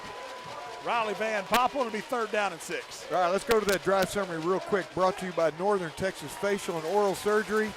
And the guy that tried to tackle R.J. Bunnell in the end zone maybe is going to call them after this game. But 3 plays, 17 yards, 36 seconds. R.J. Bunnell had every yard of the drive. This pass is complete. Number 22, somehow he finds an opening every time he's out there. Every time he goes out for a pass, that's their halfback, Austin Call. Just sits down there between some defenders, gets 15 yards and a first down. Does not look like your typical receiver either. He does not look like the most athletic guy on their team, but he's probably their leading receiver in the game, I'm guessing. Maybe, yeah, for sure tonight. He's not their leading receiver for the season. Came in with 14 catches for 187 yards and a touchdown. 1st and 10. Quattro, straight drop. Now he's under pressure. Running away from Rylie Van Poppel, who dives for him. He gets away and now just throws it out of bounds. Oh, man. Grant Mirabal gives him a shove. Quattro a little slow to get up. Yeah, thinking for some roughing the passer. Yeah, in fact, they probably should have called it. White Hat was the one looking at it, though, but he didn't do it. Van Poppel checks out. Michael Madry checks in. Now you got also got Hunter Sandifer in at the nose, and the other defensive end is Hayes Neal. So, Kenny, on that last touchdown, R.J. now has 14 carries, 78 yards, and a touchdown. That's a touchdown in every single game so far this year. 2nd down and 10 from their own 44 for Independence. Play action, pressure. Now the pass is complete, though, to Neely. He might be their leading receiver, Landon Neely. He's hit by Micah Roberts, who was on the coverage out here at cornerback, but it's an 11-yard gain and the first down to the Argyle 45. Yeah, he did a good job evading the pressure right there. It's got to be pretty daunting when you look up and here comes like 3 black shirts right on you. But He's done a pretty good job of avoiding the sack so far tonight. Pretty good receiving core for these Independence Knights. First down and 10 from the 45 of Argyle. Handoff to Enribe, running right this time. Get some nice blocking on that right side. Micah Roberts makes the stop, but a pickup of 4 that time for Enribe, running behind Garrett Doyle and Ian Fochik, the right guard and right tackle for the Knights.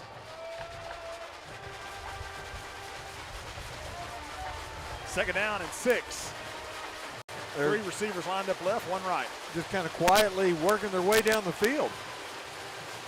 Play 7 of the drive.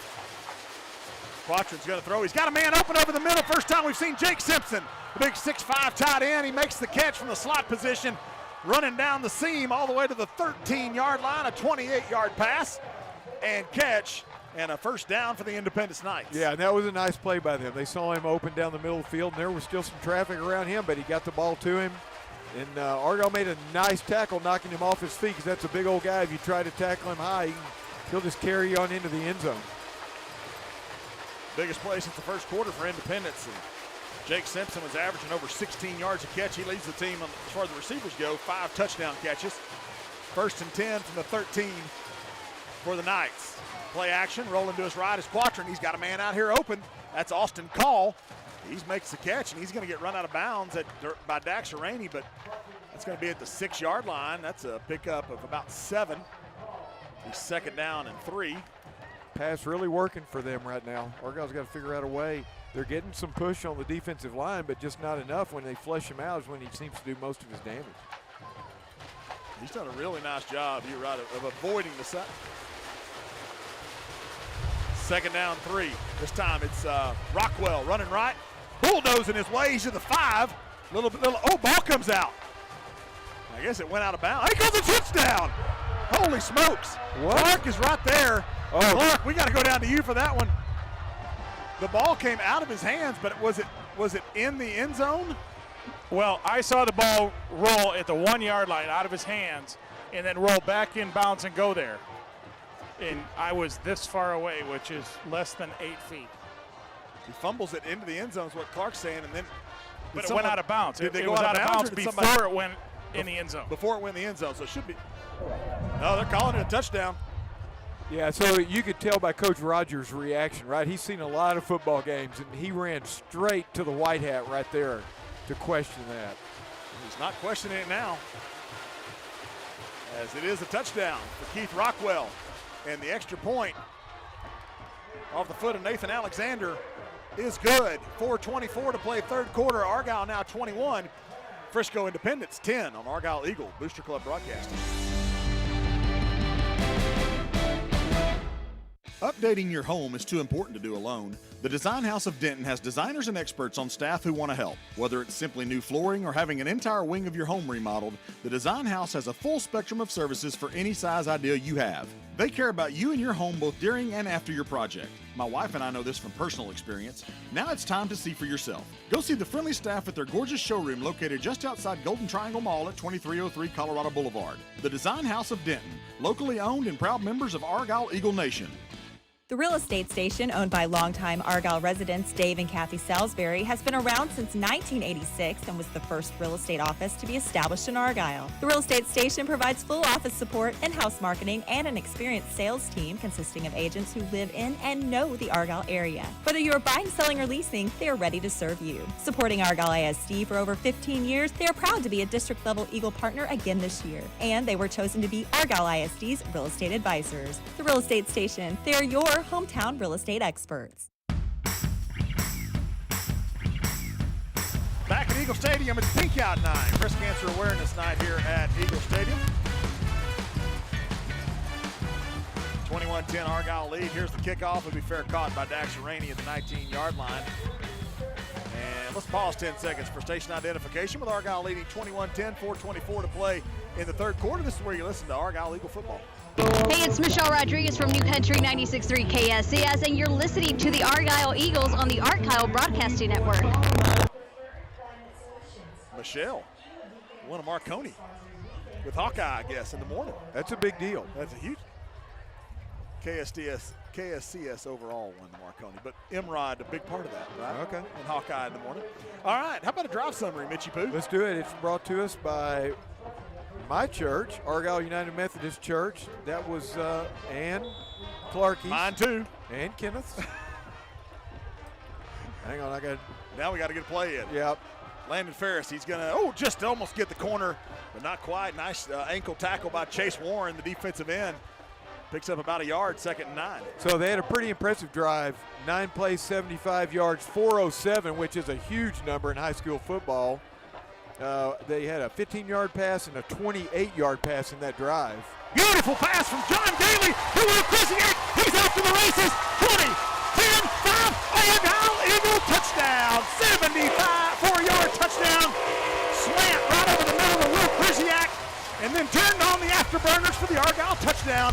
6 more on the board for the Eagles. Yeah, Gailey looking pretty comfortable back there, right? He threw it right to him, right in the middle, caught him in stride, and Krzyzak just turned on the speed and left everybody in the dust behind him.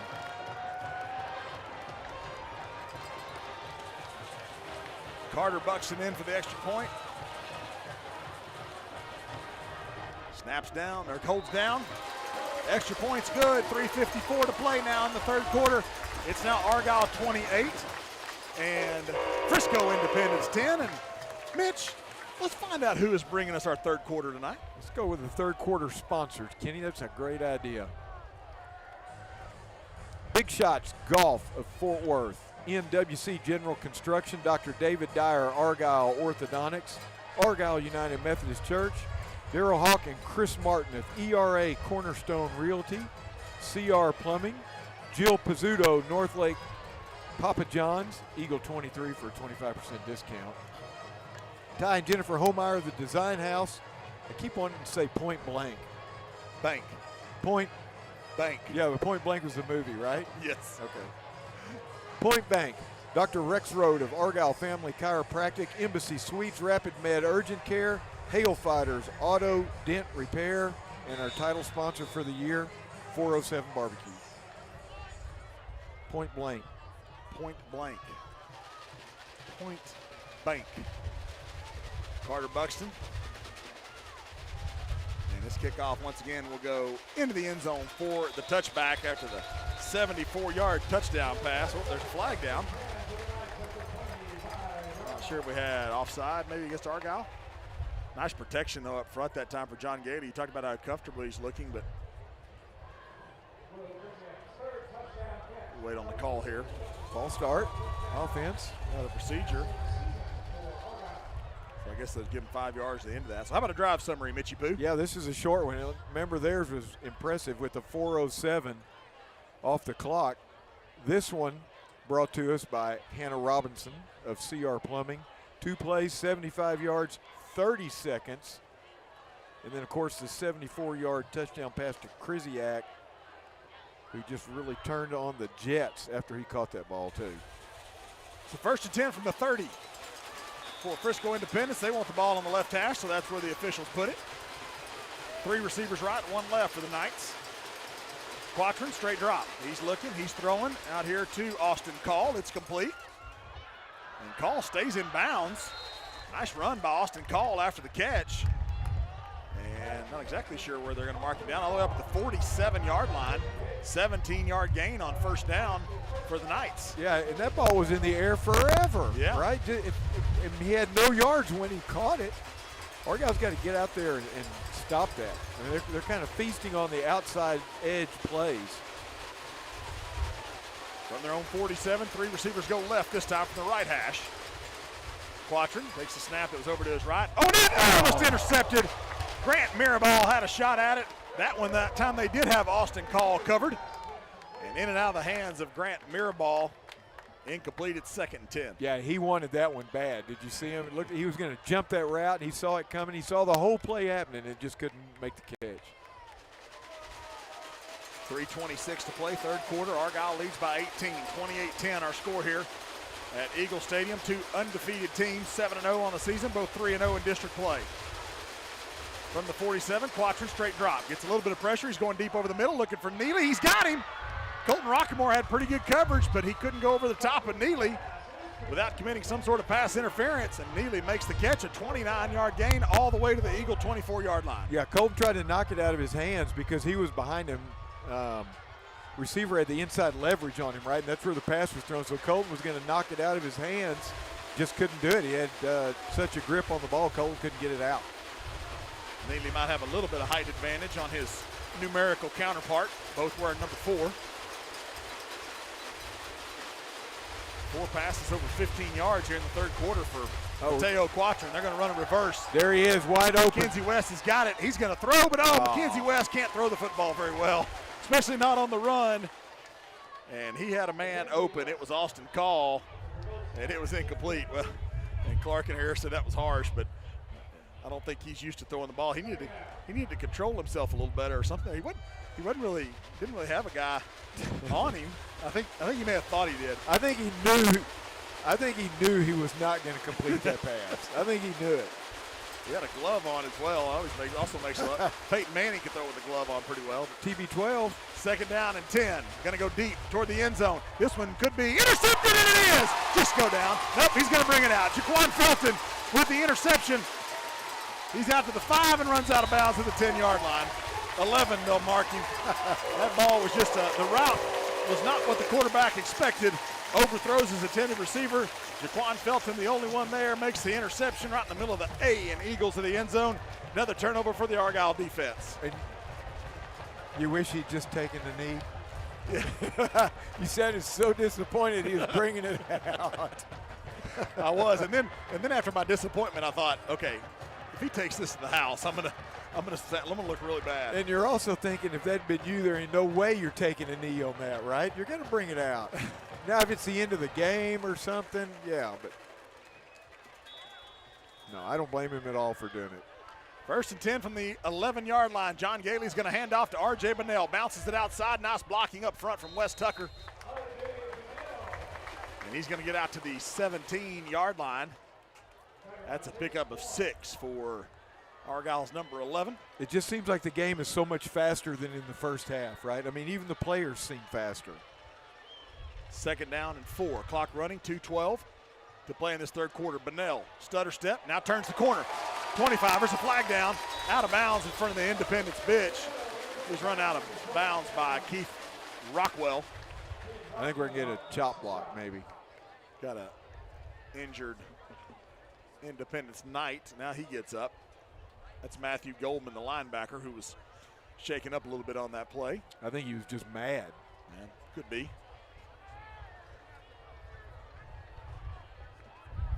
Good on the call here from our wide Turn and run, holding, number 11 on offense.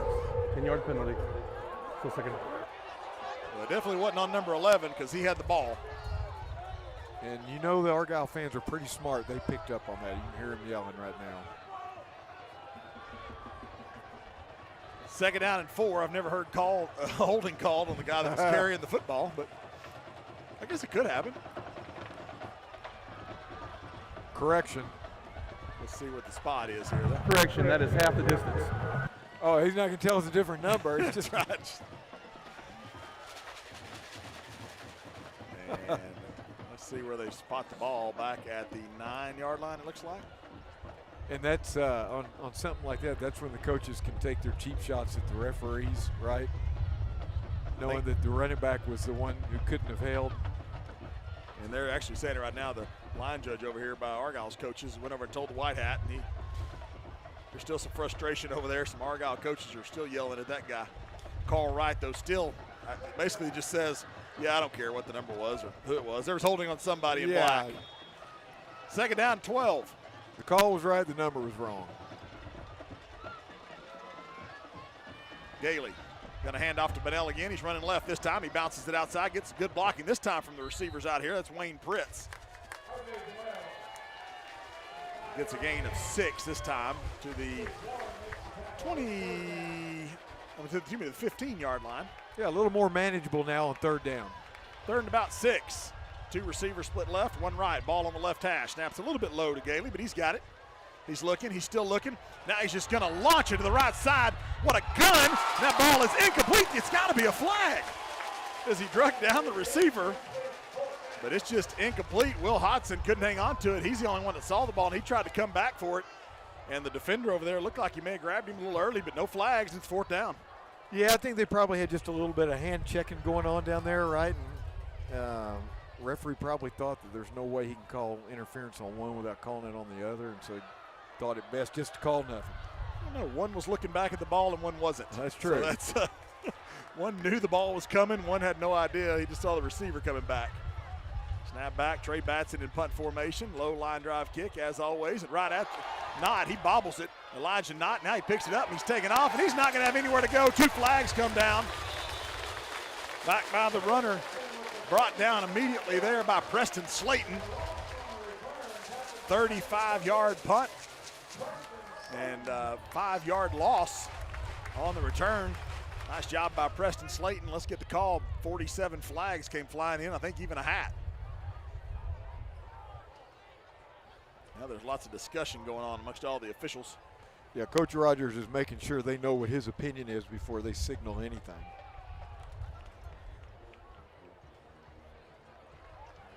Let's go down to Clark a little bit while we got a little bit of time and talk about just kind of the speed, Clark, of this second half, especially the Argyle running game. But the passing game has just seemed to really improve in this second half for Argyle, and the speed just seems to be a whole lot better. Well, they started throwing to the middle of the field. They haven't done that in a long time. It was the first time that they decided to run little crossing routes, skinny posts, in trying to find a soft spot in this defense, saying, hey, if we can't outrun them, let's see if we can just hit the soft spots in their zone. And they're kind of doing the same thing to us. Most of their completions are happening pretty much in the same area of the field, be it right or left. They're just sitting down in the soft spots of our zone and making for an easy pitch and catch. This is going to be interesting right here. They had to go explain something to the independent sideline. There were 2 fouls on play. We want to know what they were, and we're not going to be able to find out. Block in the back on the receiving team. Personal foul, unnecessary roughness on the kicking team. That penalty is declined. The 10-yard penalty against the receiving team will be enforced, and they will keep the ball. First down. Wait, what? Wait a minute. They should offset, right? Was one of them dead? He said the one was declined. I don't know why would their coach decline a penalty against Argyle? That makes no sense. No. I don't think it was explained exactly right.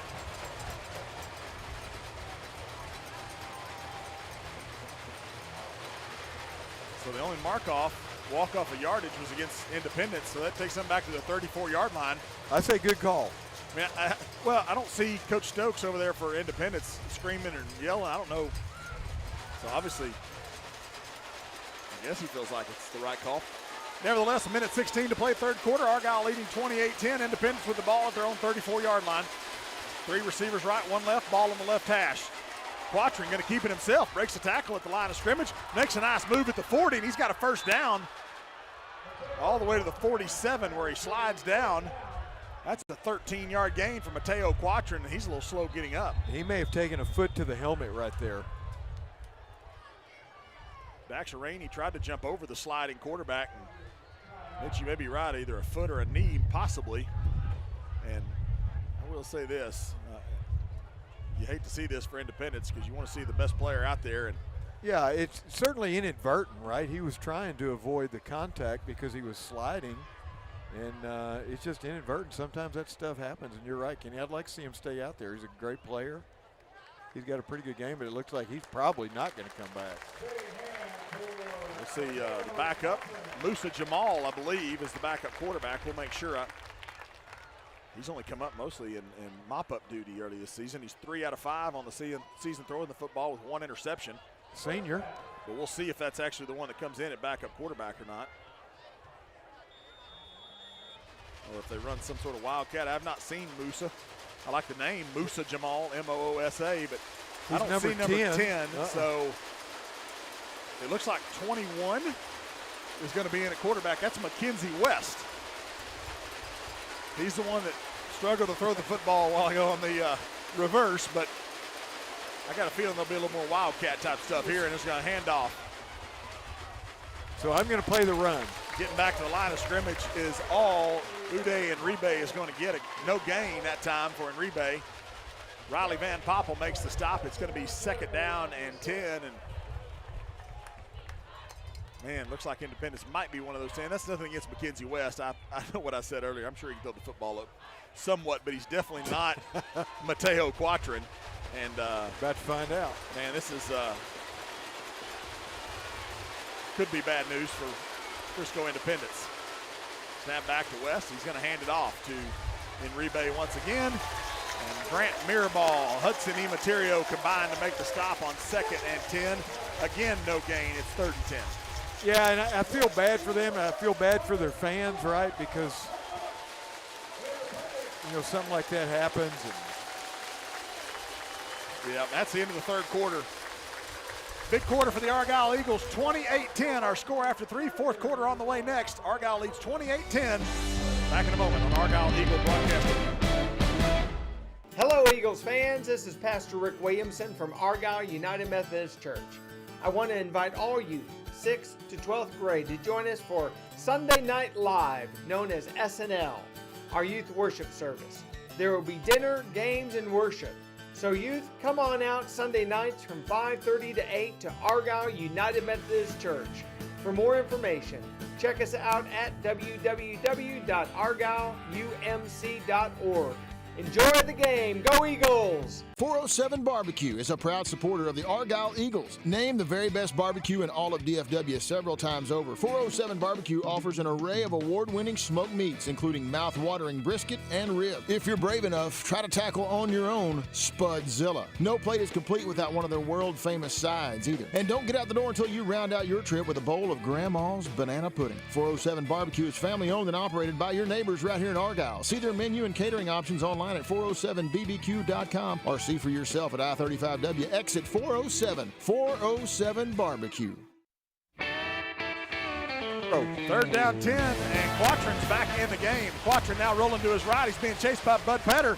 And on 3rd and 10, he's just going to launch the ball. There's a flag down in the secondary, and there's another flag.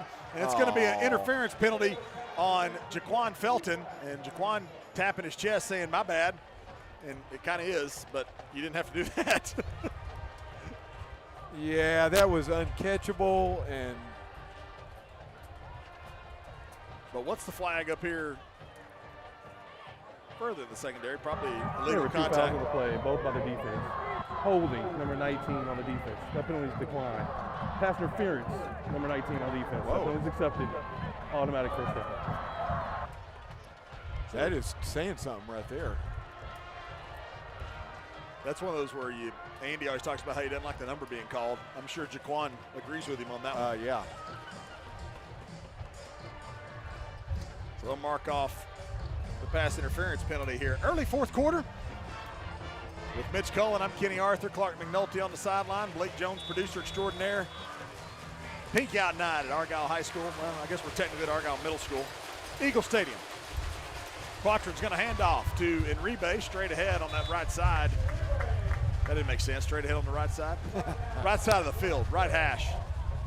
Not a whole lot there. Grant Mirabal makes a stop after a pickup of about 3. Be 2nd down and 7.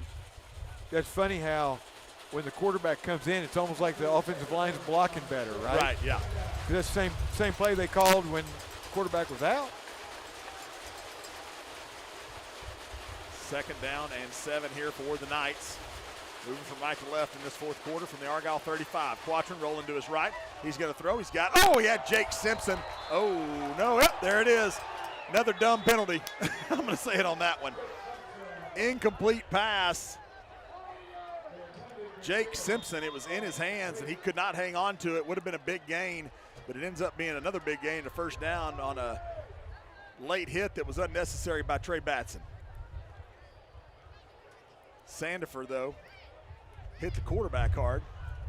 Mateo Quatron back in the backfield, and Quatron's still down. And Quatron does a really good job of knowing when the pressure is right on him and gets rid of it right before he gets hit, and that's what happened there.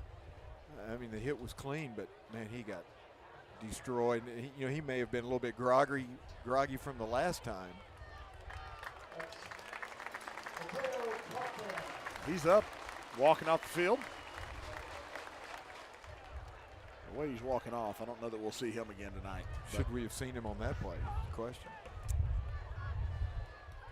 Nevertheless, that's going to be a first down following that late hit. And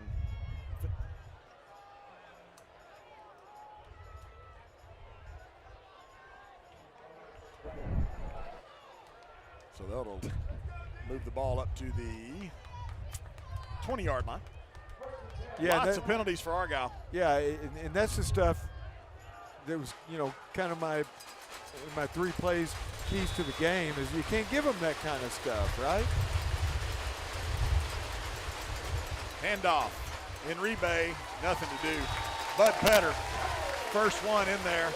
Michael Madry as well. That's going to be a loss of a yard back to the 21-yard line. And like you were saying, Mitch, it just seems like the offensive line, even for Independence, just doesn't block quite as well when Quatron's not in there at quarterback. Or maybe it's like the shark with the blood in the water, right, on the defense.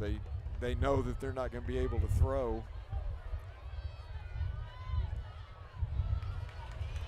But, you got to give the kid credit for coming in and playing quarterback. He probably doesn't want to do it either, to be honest. Mackenzie West is the quarterback. He's number 21. 6'1", 173-pound sophomore. Pistol formation. He takes the snap. He is looking to throw this time, and he is going to throw the fade toward the end zone, and it is knocked away. Jaquan Felton was the defender back there, and he's really the only one that had a chance to make that catch. Landon Neely, the receiver, had to turn in a defender and knock it away, and it'll be 3rd down and 11. And that was a good pass. Yeah, not bad at all. He spun it really good. It was a tight spiral, and it was right where it needed to be. Just good defensive play. So he can throw the football when he's standing still in the pocket. I apologize. On the move, not so much. 3rd down and 11. West takes the snap. He's just going to take off, run into the right. Oh my gosh, there's nowhere to go. Bud Petter was in the backfield about the time Mackenzie West started running to his right. 4-yard loss back to the 25-yard line. First sack of the game for Argyle, and credited to Bud Petter. You're down 18. Three's not going to help a whole lot here, so. They're going to go for it on 4th down. What the heck? Probably just throw the fade in the end zone. Hope for the PI. 4th down and 15. Clock running with 9:38 to play in the ball game, and Argyle leading 28-10.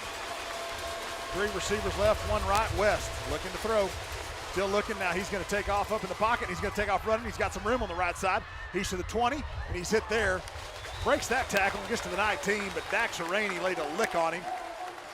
Justice Jones credit with the tackle. Boy, their whole bench, look at that. Their whole bench went down to that tackle. They didn't like it. Ends up being a gain of 6, but turnover on downs. It's Argyle football at their own 19-yard line. Yeah, it's going to get really chippy, and their fans don't like it either. And, of course, the players are going to react to that. I'm not sure what there wasn't to like there. It didn't seem to me like that was out of bounds. He was still in bounds when Jones hit him. Yeah, drove him pretty good down. John Gailey back in at quarterback here for Argyle.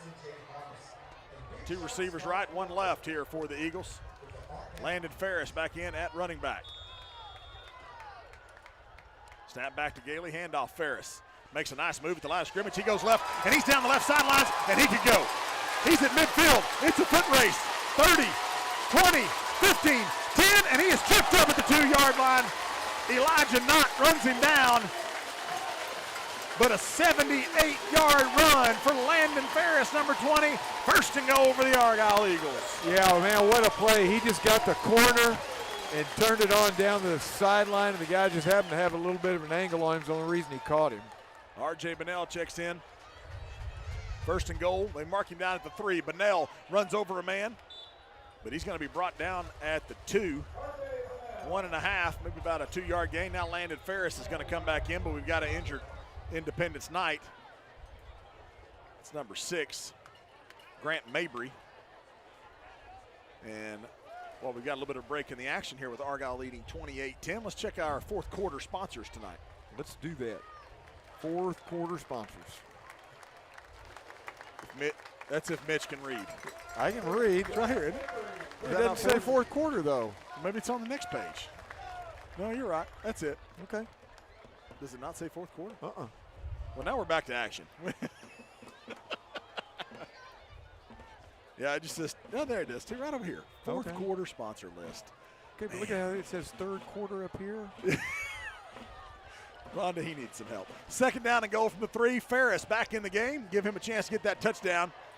He's going to be stacked up right at the line of scrimmage. They're going to give him another Big chance, number too. 11, Chase Warren, makes the stop. All right, here we go. You ready? No. I don't think we're going to have time. Well, we might. And now Argyle taking their time. Looking at the sideline to get this play. John Gailey's got it. Yeah. They're not going with the big package here. 2 receivers right and 1 left. Gailey's got it. It is Landon Ferris straight ahead. And he is in. Great blocking up front for Johansson. Leading the way. Who is that? Noah Weeks had his man 5 yards back in the end zone. A 2-yard touchdown run for Landon Ferris. 6 more on the board for the Eagles. Yeah, and those big guys up front did a great job of opening the hole for him right there. And it's great to see Landon Ferris get that after that big long run and just getting tripped up right down towards the end zone. Carter Buxton to attempt the PAT out of the hole to Colton Rockamore. It's down, and the extra point is good. 8:07 to play in our ball game. Our new score, Argyle 35, Frisco Independence 10 on AEBC Broadcasting. CR Plumbing is a small family-owned business operated by Clayton and Hannah Robinson. Hannah grew up in Argyle, and no one knows these stomping grounds like she does. CR Plumbing prides ourselves on taking care of our customers, employees, and serving our community. We offer an array of plumbing services, including water filtration systems, leak detection and repairs, water heater tankless conversions, and platinum memberships. Visit our website for any plumbing needs at crplumbingdfw.com. We are CR Plumbing, your local plumber you can trust. Lamar National Bank offers checking, savings, money market accounts, and loans to businesses and consumers. Whether you like doing business face-to-face or talking to a real person over the phone, Lamar National Bank is the hometown bank that can best serve you because their bankers live, work, and play in the markets they serve. Go see our team at the North Lake branch or call 972-318-1060 to see that at Lamar National Bank. It's relationship banking at its best. Lamar National Bank, in MLS number 243049, equal housing lender, member FDIC. Back at Eagles Stadium, Beckham Kimbrell to kick off this time.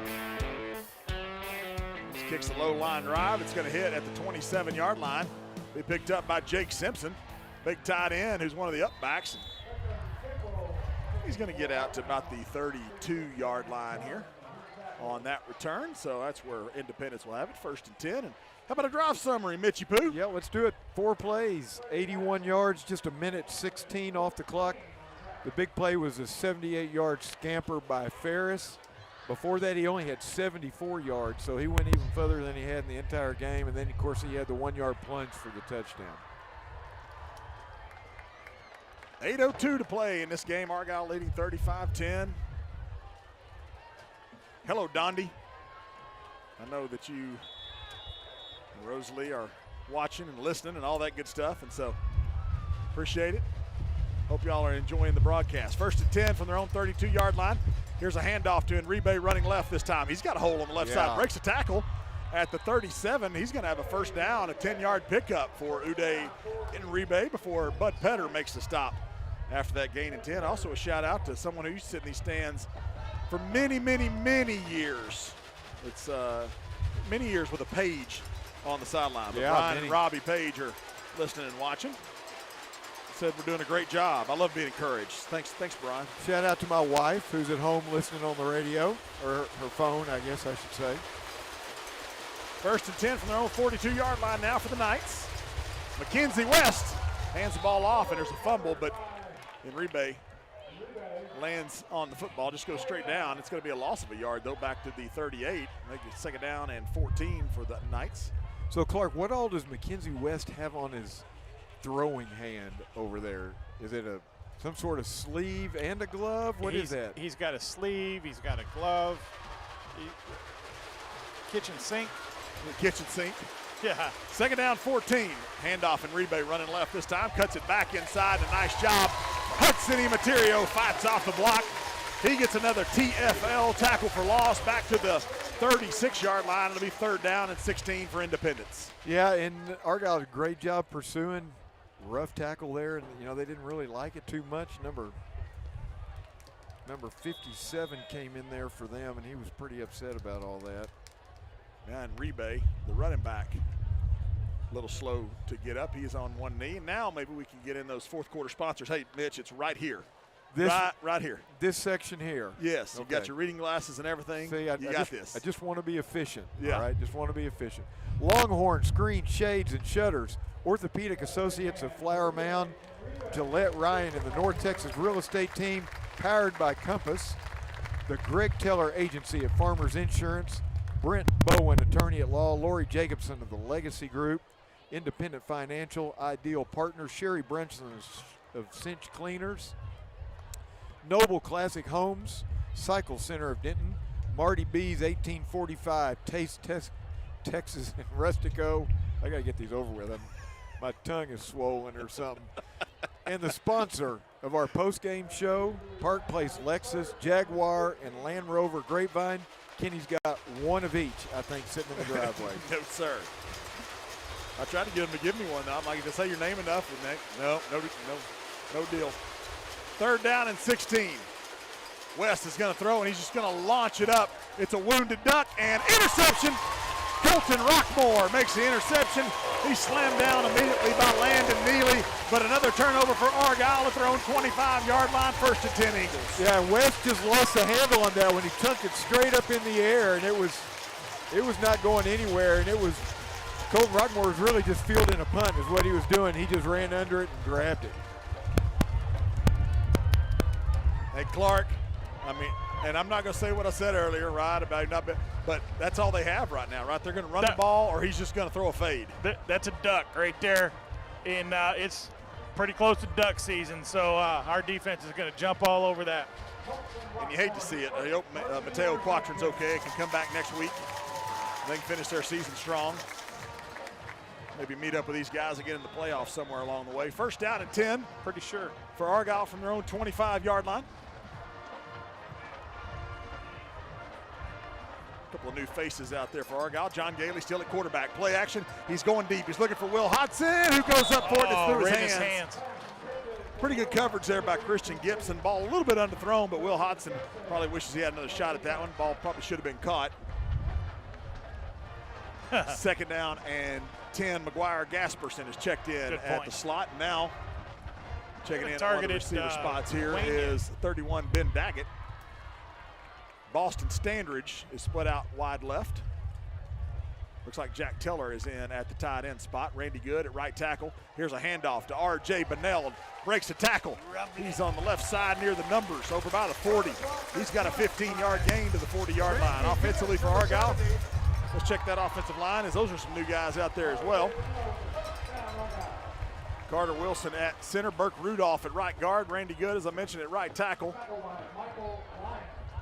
Over at left tackle, or left guard, is number 53 Dwight Longley and 73 Tyler Roberts at left tackle. Gailey, handoff, or play action to Preston Slayton. Now he's going over the middle. Oh, incomplete. McGuire Gasperson should have made that catch in and out of the hands of number 15, the freshman. And incomplete. Pretty good coverage again over there, but Gasperson probably should have made that catch as well. It's second down and 10. Yeah, he's throwing a really nice ball right there. I mean, he's putting it right where it needs to be, and I think there must have been some hands in there. I don't think that was a drop. I think those guys probably got their hands in there and stripped it out. Second down and 10. Preston Slayton nowhere to go. He's wrapped up in the backfield. Linebacker Daniel Ayuk, A-Y-U-K, by the way, number 35. On the stop, loss of a yard, it's 3rd and 11. Yeah, Argyle seems to be a little bit more comfortable throwing the ball right now, and I think what they were hoping is they could get a couple of first downs and get a little bit more work in throwing the ball. Argyle 6 of 11 on 3rd down tonight after being 1 of 10 last week. They're going to get a free play here. Nope, they blow it dead. There was some contact that time before the snap. Carter Wilson just got to snap that a little sooner, right? Yeah. Offside. on the defense. 5-yard penalty, still 3rd down. So instead of 3rd and 11, we'll have 3rd and 6. Yeah, that changes everything, right? I mean, that makes your play calling a little bit easier. Now I throw it to Jack Teller, the tight end. That's my call. It is? Yeah. Tight end has how many catches in this game for Argyle? Well, there was one early, and then another one that went through the hands of McFall. So it should be 2, but he's got 1. But now Jack Teller's out there. Let's get Teller involved. How many's Teller got on the season? Well, now we're going to get a handoff to Preston Slayton. He's going to try to bounce it outside. He's only going to get a couple. A little too much stutter stepping for Slayton, but he's going to get 3 to the 48-yard line. The punt team will come on. Yeah, not going to give them that short field right there. Told you we should have gone to Teller. Should have. But no, nobody listens to me. Your job is calling the play as you see it. And Argyle injured player, but didn't seem to happen right during the play. It seems like he may happen a little bit later, so you're hoping maybe just a cramp or something.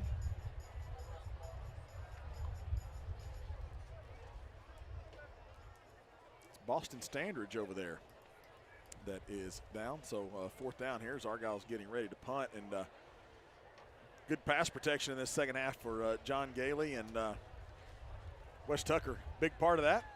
Wes spoke to Blake a little bit about how much he's enjoying this season after having to miss last year. Having guys to give me advice, like Knox, he really helped me last year. Yeah. As somebody who went through it, but it did give me a much bigger appreciation, just especially like last week. I remember I got a little emotional after the game, just because I simply played through the entire game. Yeah. That was something I hadn't done yet. So Boston Standard still down for Argyle over here on 4th down and 2. Wes Tucker going to be a Baylor Bear next year. Why did Wes choose Baylor? I really like the family dynamic and the good culture there. Out of all the places that I was offered by that I was interested in, that was just the place that stuck out the most, and it was where I was the most drawn to, and it was where I felt like was the best for me and where I needed to be. And he just looks really good in green and gold. It's just, his mom. As good as you can look in green and gold. Dina looks good in green and gold. And that's why the real choice was made. So Boston Standridge being helped off some sort of leg injury here for Boston Standridge. Looks like a left ankle maybe is what Clark's telling us in our ear. So lower body injury. See, I don't know. Y'all don't really know how important Clark is on the sideline. He doesn't just talk on the air. He tells us all the major important facts in our ear. You guys can't hear that out there. What about the dance moves before the game? And yes, and he's a great dancer. Trey Batson punts it away. Nice punt by Trey this time. Takes knots all the way back to the 15 and gets an Argyle. Checks up, but then a little bit of an Argyle roll, and it'll be down right there at the 18-yard line. 39-yard punt for Trey Batson. No return for Elijah Knott. And so with 4:05 to play in the ball game, and Argyle leading 35-10. Independence will have it 1st and 10 at their own 18-yard line. Another year and another record-breaking year for the Argyle Eagles Booster Club, thanks in large part to Brian and Shelley Stone with shout-out promotions. They've made a massive impact on us. Allow them to help you too. If you need your business brand promoted, don't whisper, use shout-out promotions. Got to hang out with Brian and Shelley a little bit at halftime. They came up here and said hello to us. 1st down and 10. They mark them at the 19 here for Independence. Mackenzie West is going to hand off, new running back in there. And he's going to be wrapped up at the 20-yard line after about a 5-yard gain. That's Lionel Davis, the running back. Cooper Slayton makes the stop. Let's see if I can get my old binocs out here and find out who we got playing on some defense here for Argyle. So, if Grandma's listening, she definitely wants to know for sure. But the front three get a lot of playing time. Brendan Hickman at the nose with Logan Gregory as Hayes well Neal. as Hayes Neal. Yep. And then at one of the corner spots here, we've got Luke Lane. Lois's kid. Micah Roberts is still in there on the other side. Cooper Slayton's in at one of the safety spots. And here is a handoff. Going to be enough for a 1st down. Lionel Davis makes the stop. Justice Jones and Jack Teller will check in defensively. Hudson E. Materio, one of those making the stop. We've also got Ethan Fetters in one of the safety spots back there at deep safety. Garrett Westrom, the sophomore, 5'10", 165-pound sophomore. I mentioned Justice Jones in there at linebacker. But again, Justice is out there a lot. Let's see. Mason Pittner at a linebacker. Here's a handoff on the right side. It's Lionel Davis again. He's going to be brought down after only a couple of yards. Garrett Westrom, a 3-yard gain. Man, it's great to see these young guys get in there and make big plays like that big hit on the running back, just a sophomore. I want to say Ben Godfrey also is in there at one of the linebacker spots. Now, what a thrill for these guys getting in the game, too. Yeah, and some of that's changed a little bit, right? I mean, Argyle used to, in 4A, blowing some people out, especially in the early season. You get your second guys in there quite a bit, but these guys want to get some playing time, and they're out there now. Here's a handoff. Lionel Davis again. Once again, Grant Westrom makes the stop at the 40-yard line, but another first down after a 10-yard gain. Hey, what do you think about that name? You don't hear the name Lionel anymore, do you? Isn't that Richie? Sanford and Son? Wasn't his son's name Lionel? No, Lamont. That was Lamont. Where was Lionel? He was on one team. Was there a Lionel on? I got to remember that now. I know there was a Lionel on a 80s sitcom. Isn't that a model train, too? First and 10 from the 40 now for Independence. Davis has got it again. Nice. He's going to get no gain this time. And on the stop, Justice Jones. Logan Gregory will check back in. Braden Hickman arrest. I heard Justice's mom. Did you see him hold both hands up in the air? Maybe he's waving at Mom. Mom's here in the stands. She's got her fatigues on tonight. Thanks to her for her service. Stationed down at Fort Hood and Killeen, was able to make it up for tonight's game. Changing the name of that place. Yeah. To a Texas Tech guy. Did you know that? Fort Dykes. General Cavazos. Fort Kingsbury. It's Kings.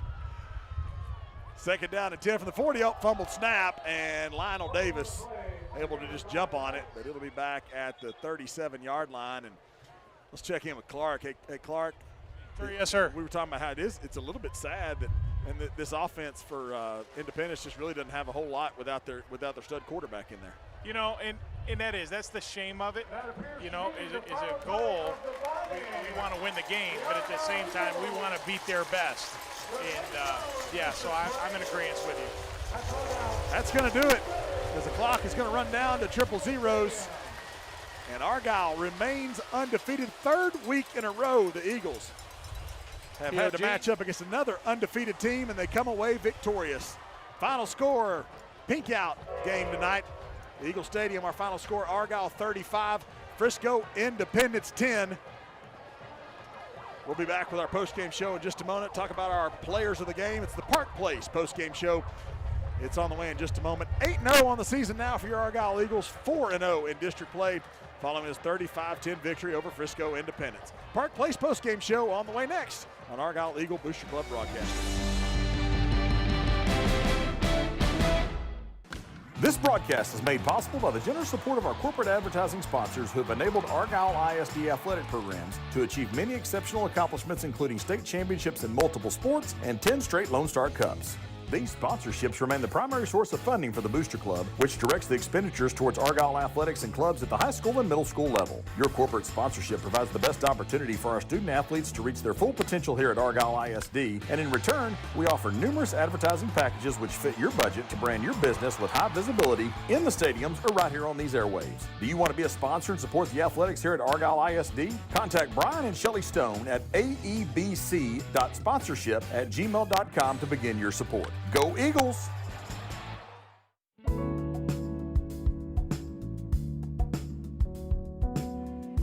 Back here at Eagle Stadium following this 35-10 victory for the Argyle Eagles. Look at a few stats here for tonight's game, and then we'll try to get our players of the game. It's the Park Place postgame show. Alongside Mitch Cullen, I'm Kenny Arthur, Blake Jones, producer extraordinaire, Clark McNulty down on the field, and he'll get our He'll get our interview with Coach Rodgers and our players of the game, brought to you by Lori Jacobson and the Legacy Group. First downs, Argyle 22-21. Total yards, Argyle 465 tonight, 175 through the air, 290 on the ground. Am I looking at that right? This doesn't seem right. I'm showing Argyle 7 penalties for 60 yards and Independence 12 for 71. That seems almost backwards, but of course 4 big turnovers tonight for Independence. That was a huge difference. Mateo Quatrin, the quarterback for Frisco Independence before the injury, was 13 out of 24, 216 yards and 1 interception. Mackenzie West ends up 0 for 3 with the interception. And just let us know when you have Coach Rodgers, Clark. That way he's closing in. I'll be quiet. On the ground for Independence, Uday and Rebe, 23 carries, 36 yards. Only 1.57 yards a carry for Enribe. Keith Rockwell, 7 for 29. Mateo Quatrin, 4 for 27. And Lionel Davis had 5 carries for 26 yards. Receiving, Mackenzie West, 3 catches for 71 yards. Austin Call, 5 for 68. Landon Neely, 3 for 44. Jake Simpson had 1 for 28. Keith Rockwell, 1 catch for 5 yards. For Argyle, John Gailey was 4 out of 8, 135 yards and a touchdown. Jacob Robinson ended up 6 out of 13, 26 yards tonight. On the ground, Landon Ferris, 20 carries, 153 yards. Is that right? It's unofficial. 20 carries, 153 yards. Landon Ferris. Yeah, 154. We're getting that other yard. Blake has him for 154. I'm going with Blake. I have more faith in Blake. Yes. 2 touchdowns for Landon. R.J. Bonnell, 19 carries, 127 yards, and a touchdown. Dax Rainey, Jacob Robinson, each had a carry apiece. Preston Slayton, a couple of carries. Receiving tonight for Argyle, Will Krzyzak led the way, 3 catches, 125 yards and a touchdown. Dax Rainey, 3 for 20. Will Hodson, 2 for 13. Jaquan, 2 catches, 12 yards. Hunter McFall, 1 catch for 5 yards. I guess we never officially gave Clark the offensive player of the game, did we? Are we? Yeah, that's who we're going with, because 154 yards rushing. He deserves it. 21 carries, 154 yards, 2 touchdowns tonight for Landon. And I haven't found Grant yet. And, of course, the big 78-yard run. And another great game for Argyle. And Mitch, it seems like the tables just kind of turned there in the second half, especially in the passing department for Argyle, and just kind of almost looked like a different team in that second half. Yeah, they kind of got a little confidence there. They completed a couple of passes early, and then they just kept throwing the ball and having success at it. And, it was kind of a change when they put in Gailey. And they got to be pleased with it, right? I mean, they saw the results I think they've been wanting all year, and they seem to do a little bit better job of executing and hitting their receivers, and hopefully they can take that and build upon it the next couple of weeks before they hit the playoffs. All right, I believe we have Coach Rodgers. All right, Clark, take it away. Yes, I do. Now, after a rough first half, you guys really came out strong, 2 quick touchdowns. I've always wanted to be a fly on the wall in your halftime speeches. What was the message? I really believe the message was, I was very stern and very direct in there, but the message was just relax and go play. I think we're playing a little tight. I think we're stressed about our past, and we just need to clear the mechanisms and go play. And my seniors stepped up. I think my frontline players rose their level of play, and I think all the other kids followed, and there was just a clicking and a timing and an energy that we didn't have the first half. In the passing game really came alive. It looked like you started doing some crossing stuff and trying to find the holes in their defense, and that seemed to work out real well in the second half as well. Well, we opened up the playbook a little bit. I think we've been, gripped with challenges throwing and catching the ball, and we're trying to put that behind us too as play callers. And so we've got to have confidence in our players, and we're looking for more confidence in practice and more confidence in games. And on the opposite side of the ball, we did have a couple of takeaways today, which were really good. Just same day, same game, different day. Practiced on Takeaway Tuesday. Everything we practiced on Takeaway Tuesday came to light in the second half. We batted the ball out. We recovered fumbles. We intercepted footballs. That's something we practice on Tuesdays every week, and it showed up in the game second half. Well, hey, Coach Rodgers, Kenny, and it wouldn't be. I'm just going to pretend I'm Andy Smith and just have to ask you, do you like to win? I love winning. I love winning more than I hate losing. So I want to keep doing that. It's fun for the kids. It's our reward for getting up early every day and spending countless hours when others not to do it. All right. Well, thanks, Coach. We appreciate it. Thank y'all. All right. Good win tonight. Coach Rodgers, our coach of the game. Coach of the game. Coach of the game. Because he likes winning. That's right, because he loves winning. And we'll see if we can get our players of the game now. Again, thanks to Lori Jacobson and the Legacy Group for bringing us our players of the game and the interview with Coach Rodgers. And now Clark will just rummage around. Boy, he's got his work cut out for him. Okay, defensive player of the game. Hey, Grant Mirabal, you need to find Clark McNulty. Right now he's at about the 45-yard line on the right hash. Can't be any more specific.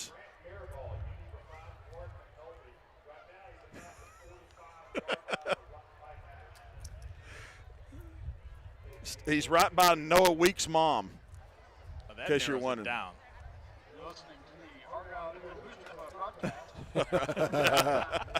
And not to be outdone. Well, so Grant obviously wasn't paying enough attention. He's, probably taking a selfie. Here he comes. Talking to the girls or whatever. There he is. There he is. They're together. All right, now we've got our defensive player of the game, Grant Mirabal, number 10, senior linebacker. Were you taking a selfie or talking to girls? I was taking a selfie with my mom. Okay, that's okay allowed. then. That's allowed. Guys?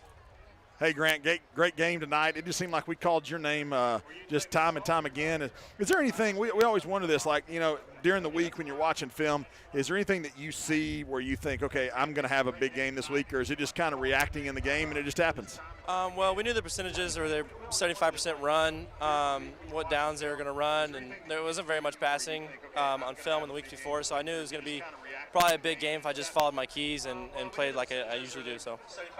Well, we're showing you with 10 tackles tonight, but one pass breakup, but I'm going to call it a dropped interception. Tell us a little bit about that one.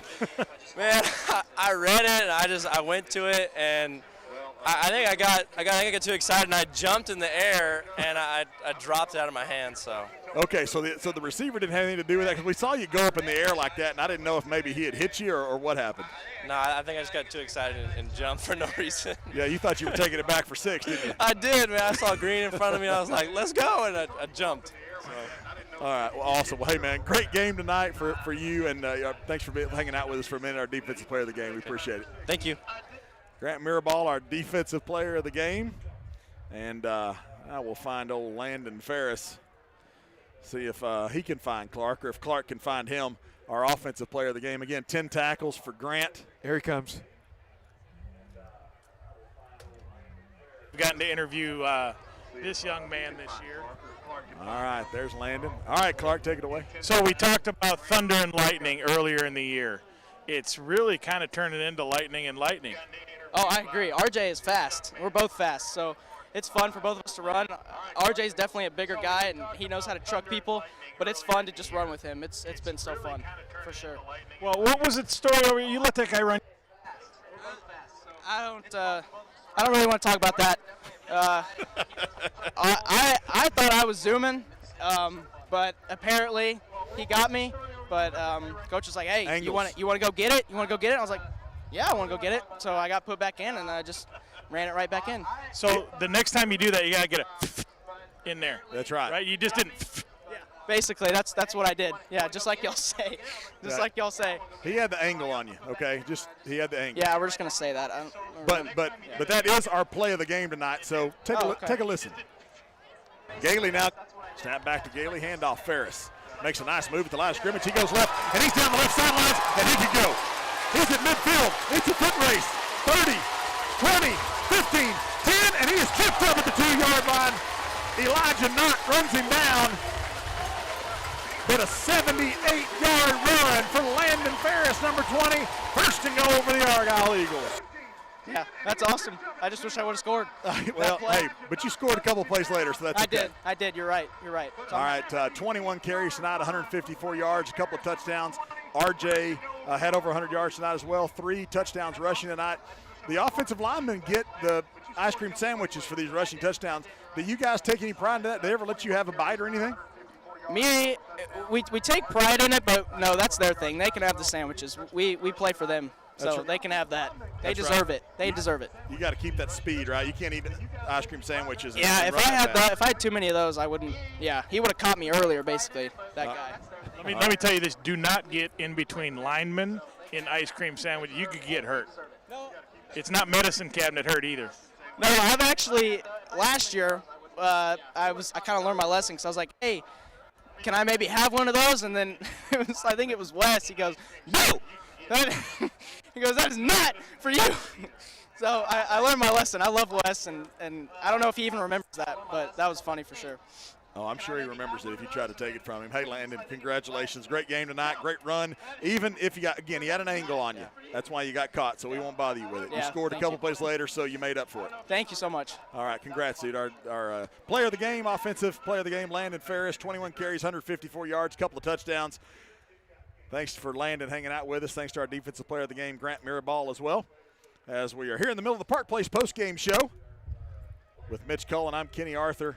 And you know, his most impressive touchdown might have been that one at the north end zone, though, where he got hit the line of scrimmage and did the balancing act just to get into the end zone. That one was something else. Yeah, because he hit it and he did the but then he had to do a witch.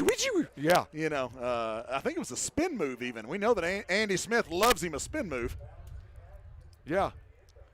Well, we were talking about it a little bit before we got to our players of the game, and just a different team. And Coach Rodgers even talked about it. They did what they practiced this all week, and then in the second half they came out and like he said, they executed what they practiced all week. Yeah, and like he said, they might have been a little bit tight in the first half, right? And once they loosened up, and you know, we all thought it was a much faster game in the second half. And that's when you're playing loose, right? You're playing fast when you're loose, and that's exactly what they did. And impressive second half. Defensively for Argyle, we talked about all your offensive stats. Grant Mirabal led the way with 10 tackles, and that pass breakup, we will no longer call it a dropped interception. It is now just going to go as PBU in the stats. Bud Petter, 5 tackles, a forced fumble. He had a sack. Logan Gregory with 5 tackles. I love me some Logan Gregory. Yeah. He, you know, he doesn't always look the part when he goes out there, but, man, that kid can play some defensive tackle. Devin Owen had 5 tackles. He's kind of an unsung hero sometimes as well. We don't talk about him as much as we do some of the others, and he just gets out there and makes tackle after tackle. Trey Batson, a couple of tackles, a fumble recovery. Jaquan Felton, a couple of tackles, a tackle for loss, a PBU, and a big interception. And Colton Rockmore had an interception tonight as well. So some of the defensive standouts tonight. And Petter had him a sack. Got to remember that one. Yep. That was the one sack of the game, I think, was for Bud Petter. And so a great game defensively. And this defense has held them in there all year, but the offense showed some signs there in that second half, Mitch. Yeah, the offense showed some great signs. And, you know, some of these guys that make these tackles on defense, we can't see everything sitting up here, right? And so there's other guys at the bottom of the pile that we miss. But it's Argyle football, right? It's a team effort on the offense. When they started putting together a couple of big plays and then they start, you know, filling in with some nice runs, the offensive line doing their job, which they always do, of moving people off the ball. It just all comes together, and that's what you saw in the second half was so much better than what you saw in the first half. Couple of scores from around District 3-5A. Some of our district mates here. Last night, Denton, who will be Argyle's opponent next week, the Denton Broncos beat Frisco Memorial last night 38-35. And here was a good game. Lake Dallas led Frisco Emerson 20-0 at halftime. Emerson comes back, wins that one tonight 24-20. What? Over Lake Dallas. Okay, so wait a minute. When we played Lake Dallas, we led them big in the first half, right? And then they kind of inched their way back. And then District 4-5A, which would be the first round of the playoffs. A couple of scores here. Fort Worth Polytechnic beat Trimble Tech 16-12. Grapevine keeps rolling. The Mustangs beat Fort Worth OD Wyatt 49-21. Colleyville Heritage late in that game, fourth quarter, leads Fort Worth Northside 52-13. And Arlington Heights all over Fort Worth Southwest 34-12. The final in that game. So that's District 4. That's would be the first round of the playoffs for Argyle and Lake Dallas and all the folks here in District 3-5A. Next week, the Denton Broncos at CH College Stadium. And is it CH Collins or is it the Denton High Stadium? Yeah, it's the Collins. And, that's a great stadium to watch a football game in. It is. You got to get up there. But it's kind of neat if you think about it. But Argyle gets to play Old Denton High. So we scrimmaged them a couple of years ago before the season started, and I think they cut it off early. Yeah. But no, it is kind of neat because, I mean, after living here as long as we have, right, you read the paper and you see all the different schools in there, right? We never do anything with them, but now we do, right? We're going to start seeing them all, seeing them in just about every sport, but football is just going to be getting higher this year. And there's the future Hall of Fame cheerleaders right down there, the great Paige Arthur. There she is. That's your wonder. Yeah. Yeah. All right. What a great game tonight. Megaphone holder. Great atmosphere again tonight at Eagle Stadium, and Argyle stays undefeated. Will remain the #1 team in Class 5A following this 35-10 victory over the Frisco Independence Knights. Thanks so much to all of our sponsors tonight for Argyle Eagle Booster Club Broadcasting. Thanks for the Booster Club for all the great stuff they do for us to get us on the air with equipment